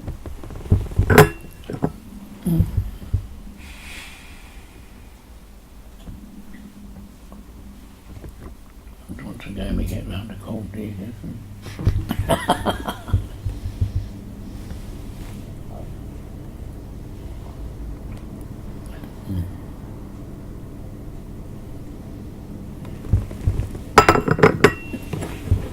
Thank you, John. That's very kind of you once again. Goodness gracious me.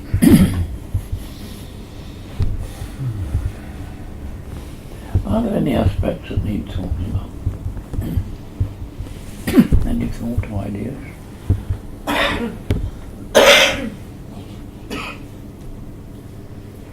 Obviously not. You see, you already know all this.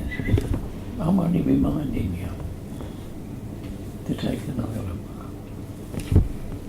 Carefully be more aware. You don't have to identify what you're looking at, just to see it for what it is and experience it.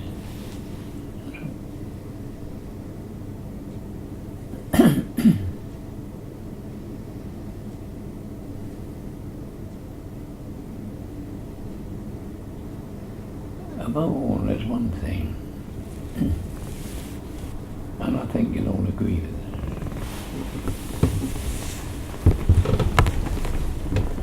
The basic desire of everybody is to be comfortable within and without, true or false. It's true, isn't it? Whatever you do, no matter how extreme, is to make yourself feel a little more comfortable with it. Not feel agitated or unsure, but to be quite content. Is that true?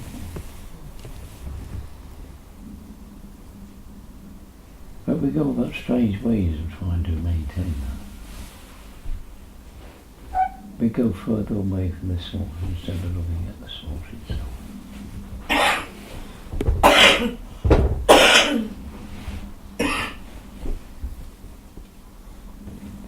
It's like having a boil. Put a plaster over it, hides it away from the sight, and maybe it gives a little bit of ease for the moment. It's not curing anything. Just kidding ourselves.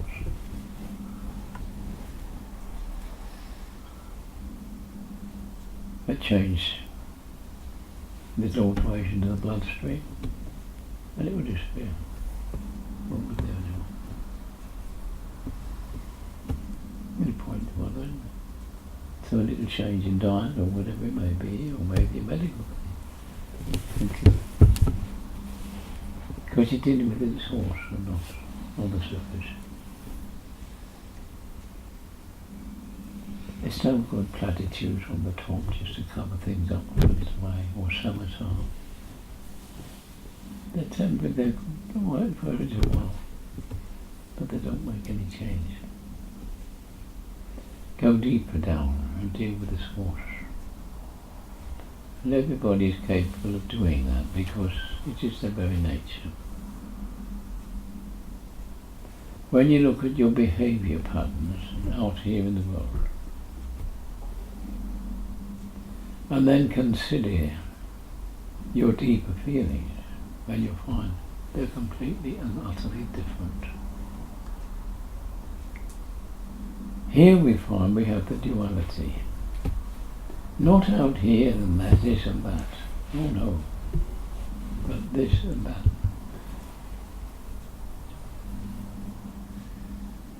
This to a degree is belligerent, aggressive, wants to make its mark. To be a somebody instead of a nobody. Here, any sense of duality, or just a sense of nurturing, caring, loving.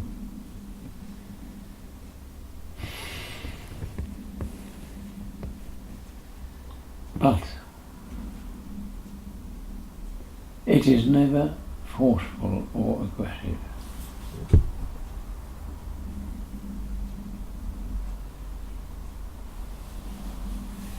Now we have a problem. How is this going to overcome that? It's not going to push itself in any way. Just stay there, being what it is. And yet, unless this changes, you cannot get union, either in here or out there. The very thing you desire most of all, not to be at odds with. What is the answer? Very, very simple indeed. So simple it's unbelievable. Why do we ignore it and give so much credence to thinking, to thought, to ideas? Because we've been taught for many, many years, and perhaps even lifetimes, to give more attention to it. Huh? Attention? Yes, attention. Suppose instead of giving it all the time attention to thinking, we're to use a little bit of attention to notice the quality down below, the nurturing, the caring, the loving. Do you think that might help it to grow? Quietly, gently, bigger and bigger and bigger.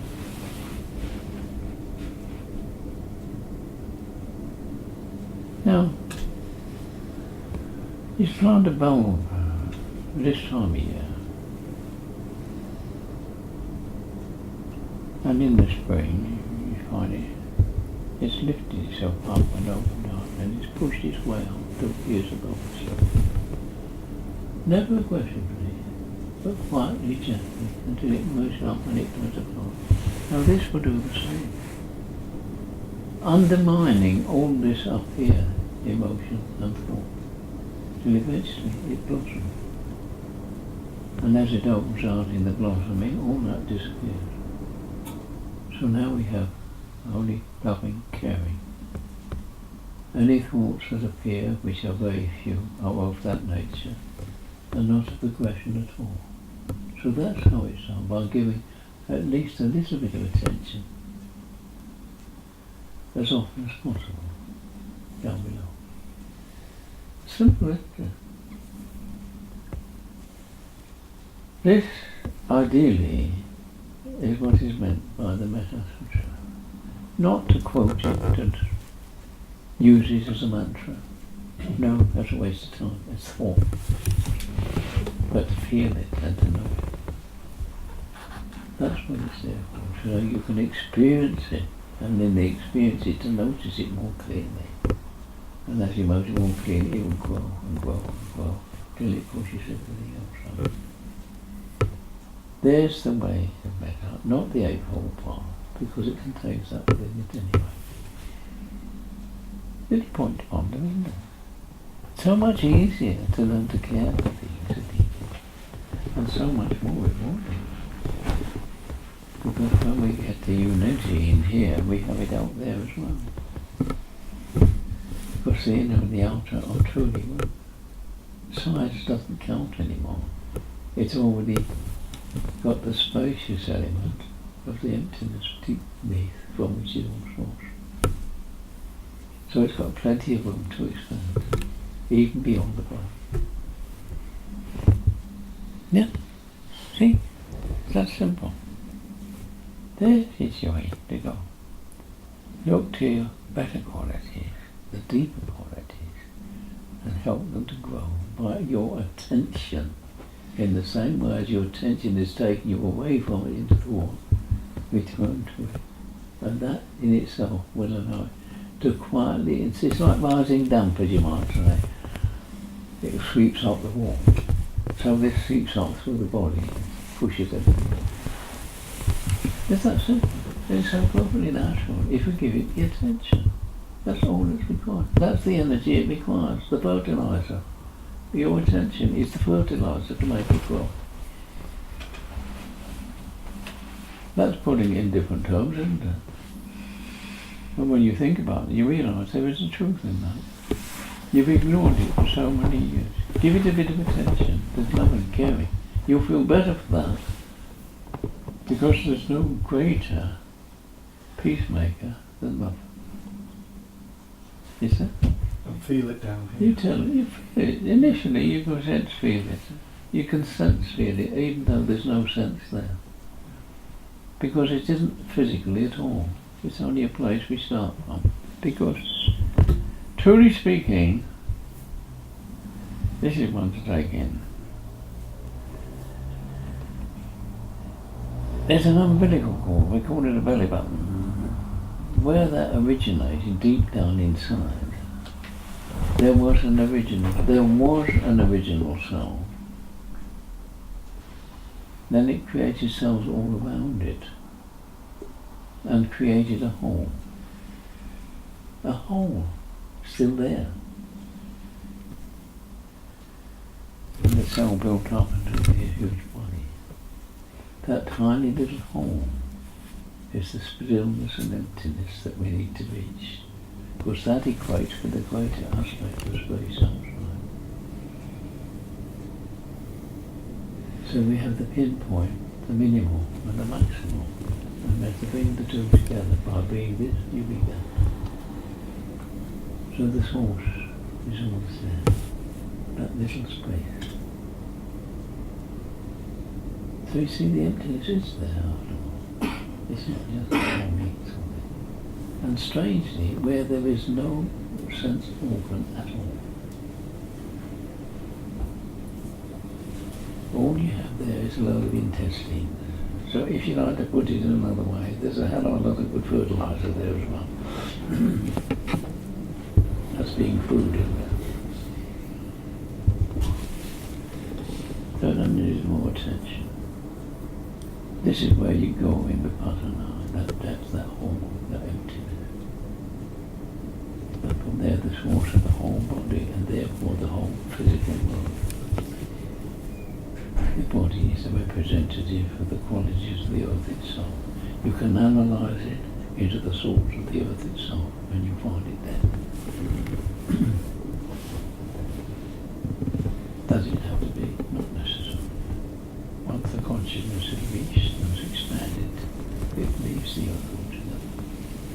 even though it remains as a wholeness in the universe. Then the journey is finished. No longer any separation, but the wholeness, being fully aware. But not me and, but I am the emptiness. That's a bit of a joke, isn't it? I am the emptiness, not somebody experiencing you. Nobody there. Which of course is a contradiction like everything else is. The reality is the emptiness. The delusion, the fullness. The two coming together. Then you have an impossibility in terms of thought and idea. Because they're so utterly different it couldn't happen. But yet it does. Logic goes out of the window. Experience exceeds all other things. The experience becoming so deep that nothing else matters. It's the profundity at the end of the day that is the end. The profound. What is the profound? In great depth. There you have it.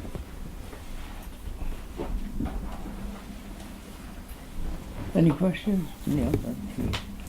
So, my ego now, take care now.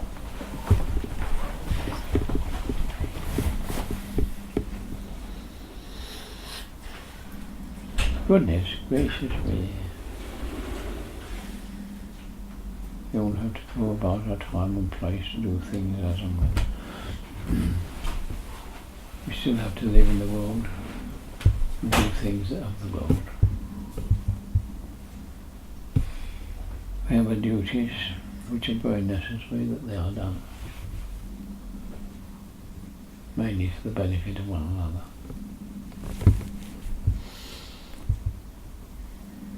And losing ourselves in the process eventually.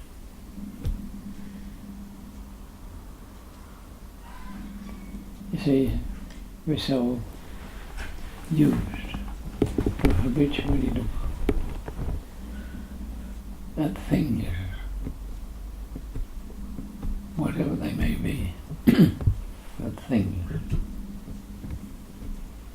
and the association of this and that between them. Things meaning animate and inanimate. People, animals, rocks, water, you name it. Tables, chairs, everything. The association of this and that, to fetch, to carry, to live with, to reverse through, to fight to get rid of, you name it. But you see, this is what the world is all about. Possession, for the world.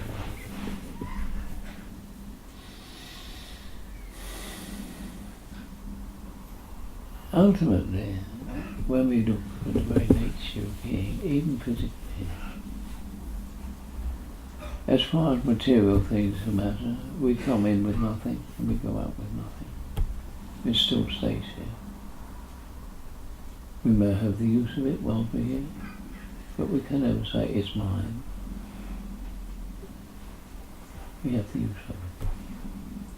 It's the way of things. We say, I possess this or that. In worldly terms, yes, you do. But it's a problem. You possess a house, a car, a bicycle, whatever it may be. You have to get insurance to look after it, so you get compensated if you lose it or somebody takes it away. So it becomes a problem. The question the one asks really is, who possesses what? Do you possess the article, or does the article possess you, that you've got to look after it?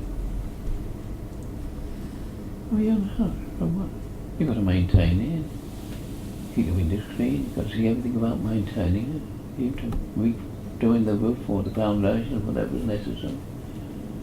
Otherwise it's not a house anymore, is it? So it's that possessing you, that you've got to look after it, or it looking after you. Quite small, sort of tip things around a bit and have a look at the real meaning of things. Possessions, I've got to insure this against this or that or something like that. So I've got to work damn sight harder to get not only to purchase the damn thing, but also to enjoy it.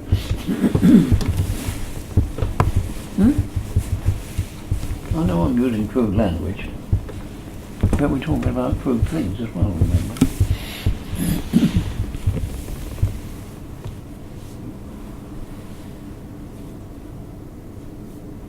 There's no point in getting a great deal of anything, because it becomes a problem to maintain it. Sufficient for the need at the moment? Yes, okay, we're going along with that. It doesn't need a lot to maintain it. Okay, that's fine. Therefore you give more attention now to your real being, the living being. Not just the accumulation of this and that, which you kid yourself you're going to be happy with if you get more, or you get it gold-plated. In many ways, if you have a car, it's better to have a flivver than a Rolls Royce. The Rolls Royce is something of great value, therefore it's got to be maintained in a different way and regarded as something very special. Yeah? Whereas a bit of a flivver, it doesn't really matter, it gets bumped a bit, but you see what I mean? So the quality is different. Your attitude towards things is different. Possessiveness, in fact. These things are your problem. Because they give you an uneasiness if they have any value. If you haven't got much value, then get along with it, that's fine. It doesn't matter. You can always replace it if necessary, because it's cheap. Well, that's not a bad way of going about things.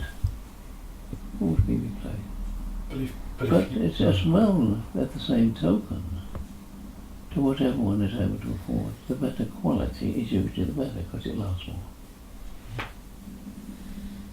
So the quality, as much as anything, rather than possessive aspects, the quality of being, it's like this, china cup, it's much better than that than a tin mug, as you might say. Gives you greater comfort. Doesn't burn your lips when you see what?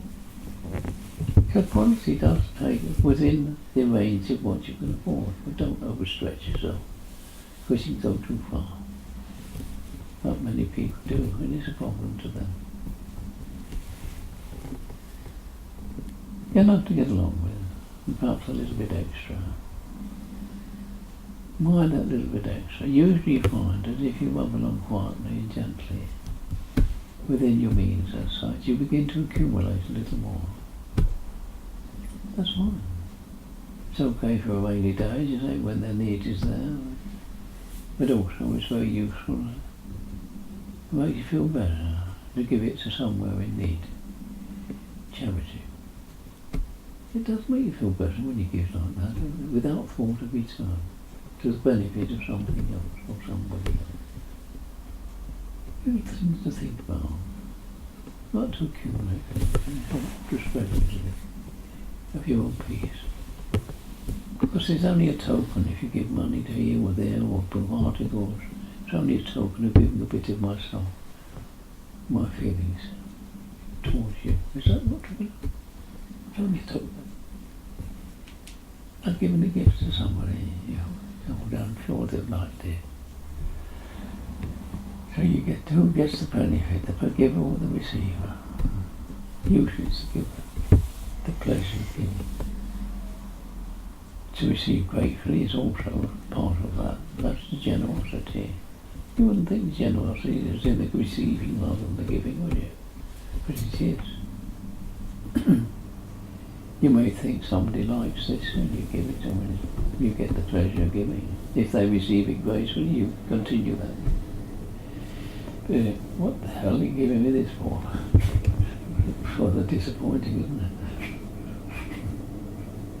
So, which is the greater giver, the receiver or the giver? In generosity.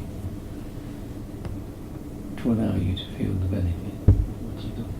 That's a good one, isn't it? Points to ponder, aren't they? And it does happen, doesn't it? And look at these things. Take a note of the feelings of a person who are doing whatever and accept it. That's a receiver, not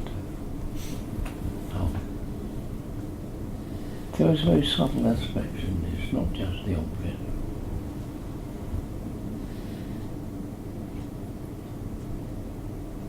And if you want to live peacefully with everything and everybody around you, you've got to give, not as with a token to these things, or even if you do, it's merely a token of giving of yourself, so that you become less and they become great.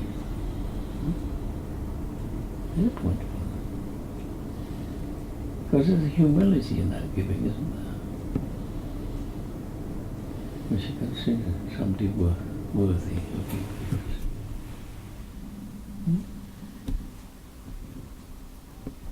So everybody needs to be respected in this. No matter who they are or what they are, respect them for what they are. Because your relationship with them is your experience in living. You make the relationship in how you give to them, not how they give to you. Because they will always respond in a similar nature to what you give. It's surprising. Give friendliness, you get friendliness. You give irritability, you get irritability. The quality of your gift, do whatever. If it's only verbally or feeling.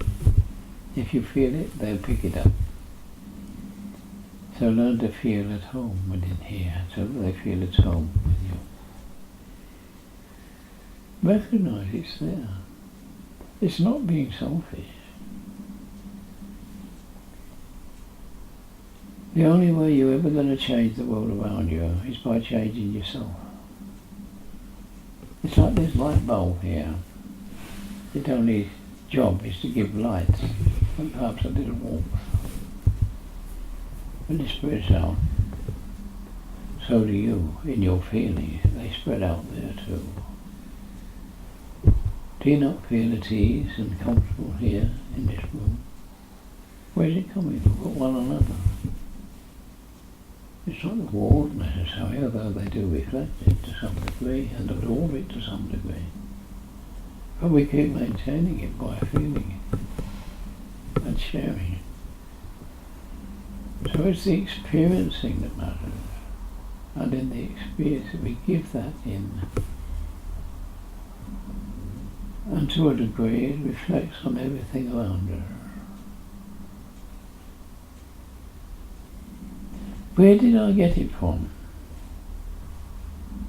Now there's a good question. Where did I get this feeling of comfortable from? Did I create it? Or did I somehow manage to sort of pass it on from somewhere else? Is it a worldly condition? The answer is no, it's not. The worldly condition is a fragmentation, duality, bump against one another. But here we have something which is at ease with everything instead of at war. So therefore, in this aspect of being consciously aware of this depth of feeling, we are already in a different dimension. The spirit dimension, which is unity, as opposed to the duality and fragmentation of the world. It's points of wonder. And if we can experience these deliberately over a period of time, and we can, by being attentive to this loving aspect deep within, dwell with it a little longer here and there, and you see it begin to change your whole way of being, the whole way of thinking even, until the thoughts cease altogether. There you'll be at peace with all things. Loving kindness, metta, truly speaking, is the source of all things. It can be experienced where you are now. You don't have to wait till the body dies. It can be experienced within the body. That we can be consciously living in spirit whilst we're still attached to the body in the world. As you might say, a foot in both camps. It's not a thing which is unusual. Quite a few people have done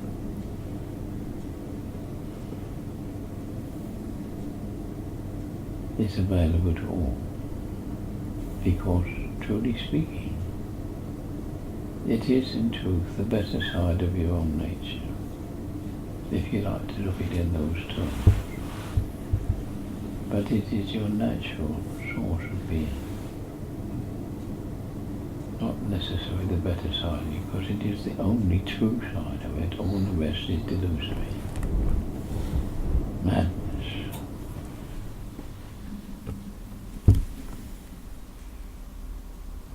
See, ponder, think a little, but feel a lot.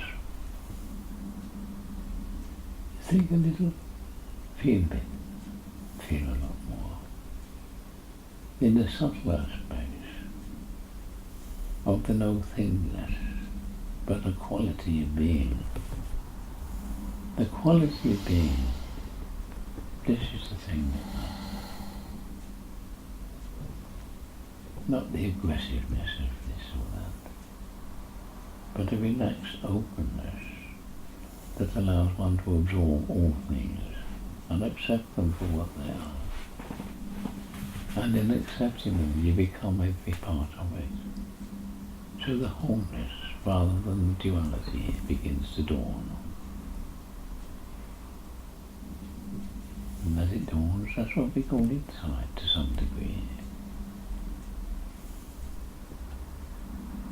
Realize that the duality has to cease, and the wholeness become more prevalent in every way.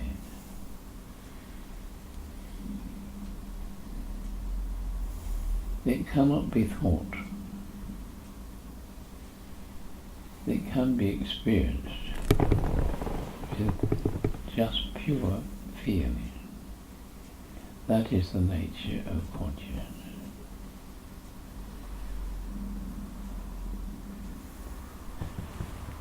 If we are to look at the nature of higher beings, angelic beings, who do not have bodies, they are not fully manifests.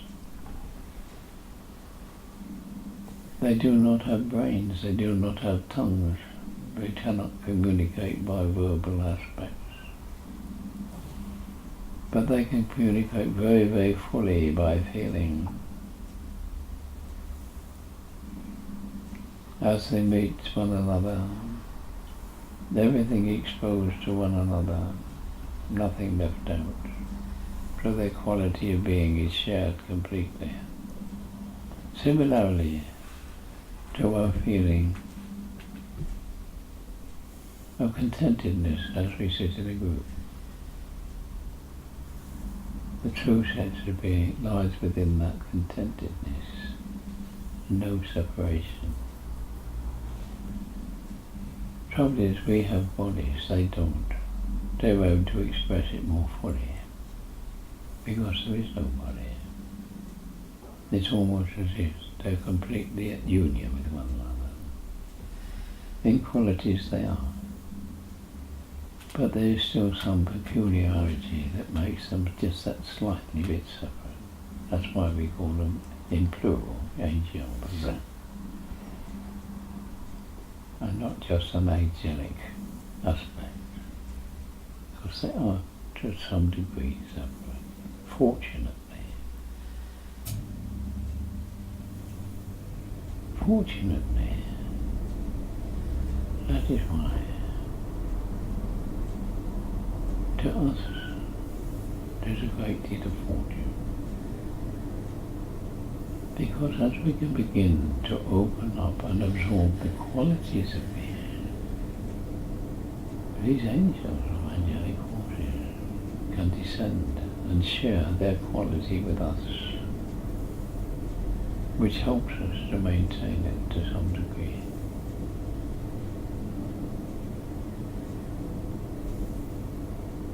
Since they live in a different dimension altogether, they're around us all the time.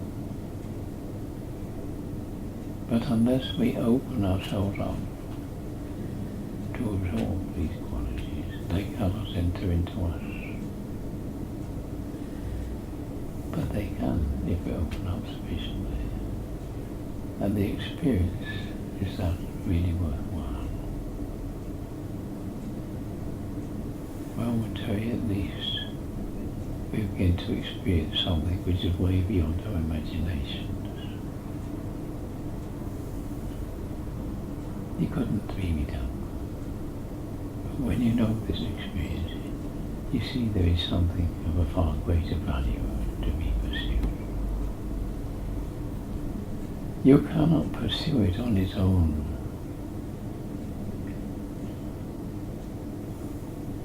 Because you're anchored here in the earth. To some degree you have to learn to up anchor, or cut the anchor adrift, and so rise up to meet these qualities. Then you come to know truly the conscious aspect in spirit, not just physically in this world, but those inner qualities that matter far more. They're the ones that will ascend. The body will never do that. Unfortunately, we're still tied to this body. But when it dies, or reaches its end, whichever way you like to look at it, the freedom is there for the taking. Merely means to ascend, to rise up away from it, and to enjoy, at least momentarily, which means a fair distant time, the very quality of freedom, before going a little further along to the higher realms of being, which will gradually come about anyway, because nothing holds us back anymore.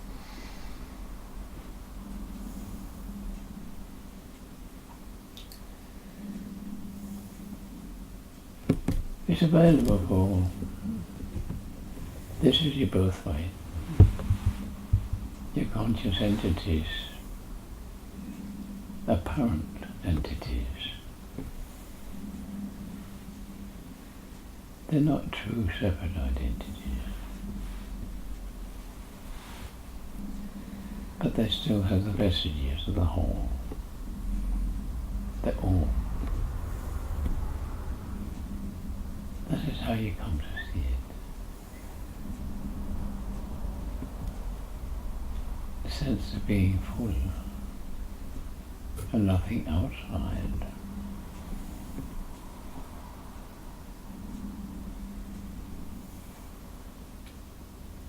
And it's one that lasts. Therefore it is not of the world.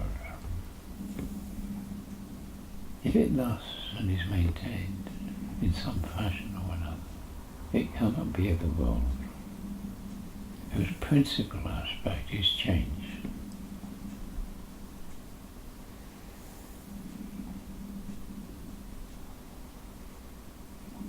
And when we look at the nature of change,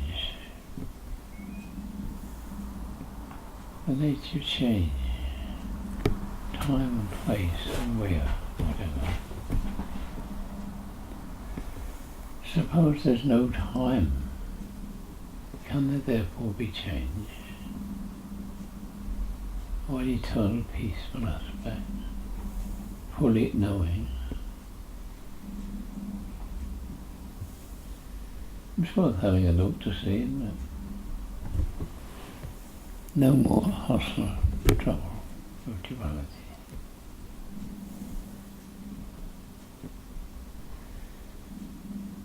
Holy love, you care with the quality in its own right, not somebody temporarily experiencing it. The quality in its own right.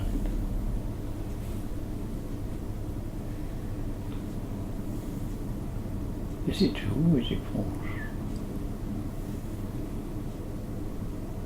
Up to you to have a look and see.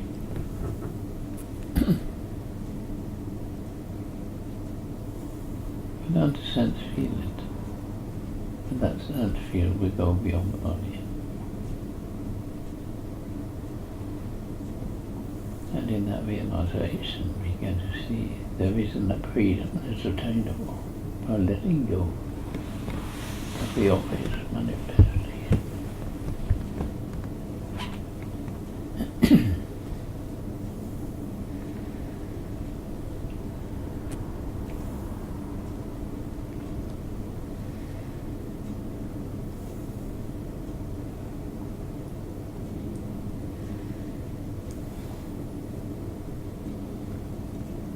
When we look at the Buddha and his teaching, the unborn, the unmanifest, the uncreated, from which comes that which is born, manifest, created. Terms of opposite. Complete, utter opposite. But what is being seen in opposition? A no thing to a something, a completeness to fragmentation, loving to hatred. Loving, what does that mean? Wholeness. Wholeness. Oh, what is wholeness?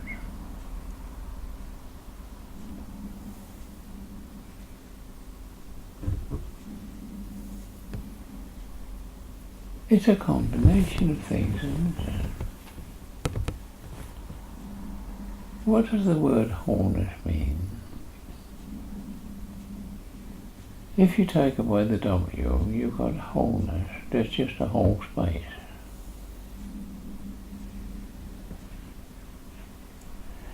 Bring the W back and you've got a wholeness, and that's a total fullness.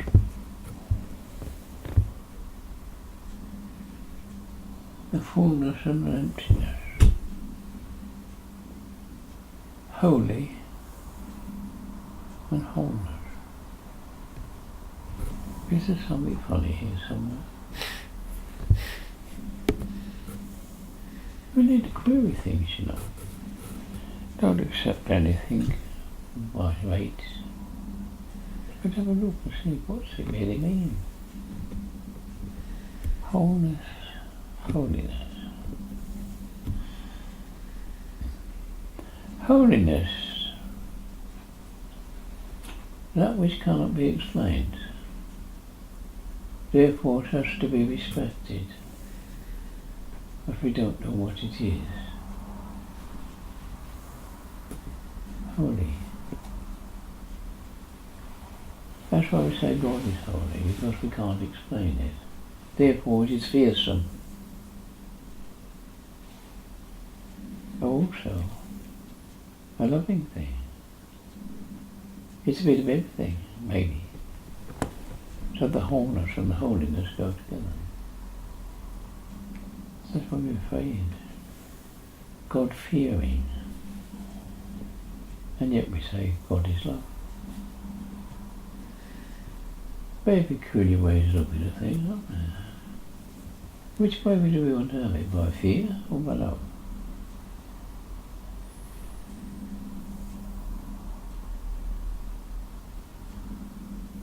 Wholeness. When we experience the emptiness within, the still, quiet emptiness,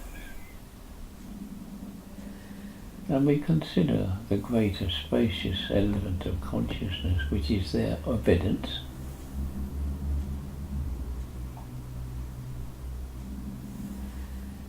we cannot find anything that can be measured in any way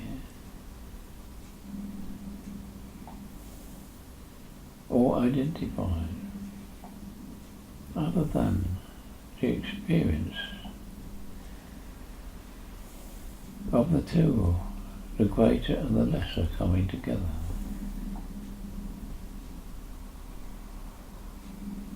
In terms of a wholeness, everything together as one. An experience without duality.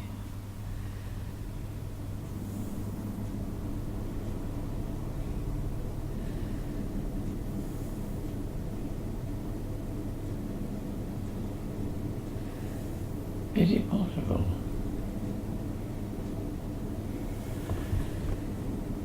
that such clarity of vision is merely the clarity itself?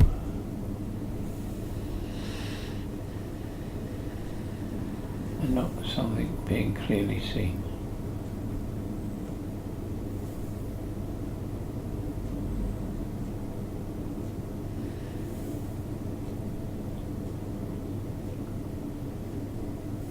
There is the isness of things. Yes, isness. What does it constitute? Isness.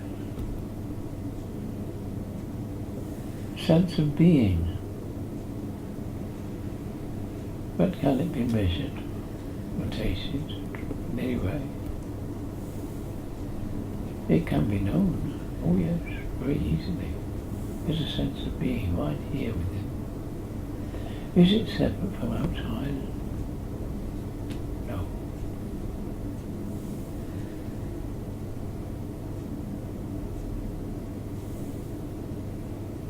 Is being the wholeness?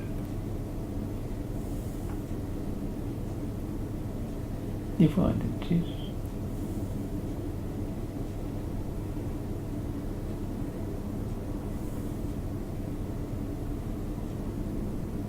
You know,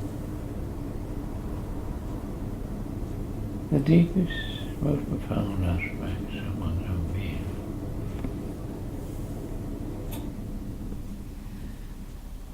is in fact the source of all things.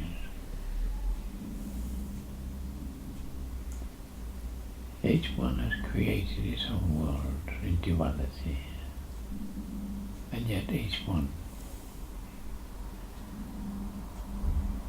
is all and never, ever separate. In the same way as we are today, so much at ease with one another. There's no sense of hostility of any kind or aversion. That, truly speaking, is everybody's nature. On which note, I'm going to call it a day. A little bit early, but there it is. True or false? Play with it. Play with it. I don't think you're far more.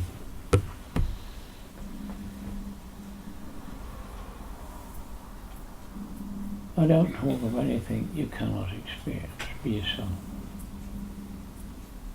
And quite a few of you, even as I talk, are well aware of that truth. Only thing is, you can't grasp it. It's not manifest more fully enough for you to appreciate. But you can't deny it either. Play with it. Play with it. If there is any truth within it, it cannot be destroyed. So try to destroy it if you can. then you know the truth. Oh, so there we are. Goodness gracious me. Up we go. Winner again. You're welcome. Well, indeed. For what is hopefully the thing. Give it a there too. Some people swore it so well.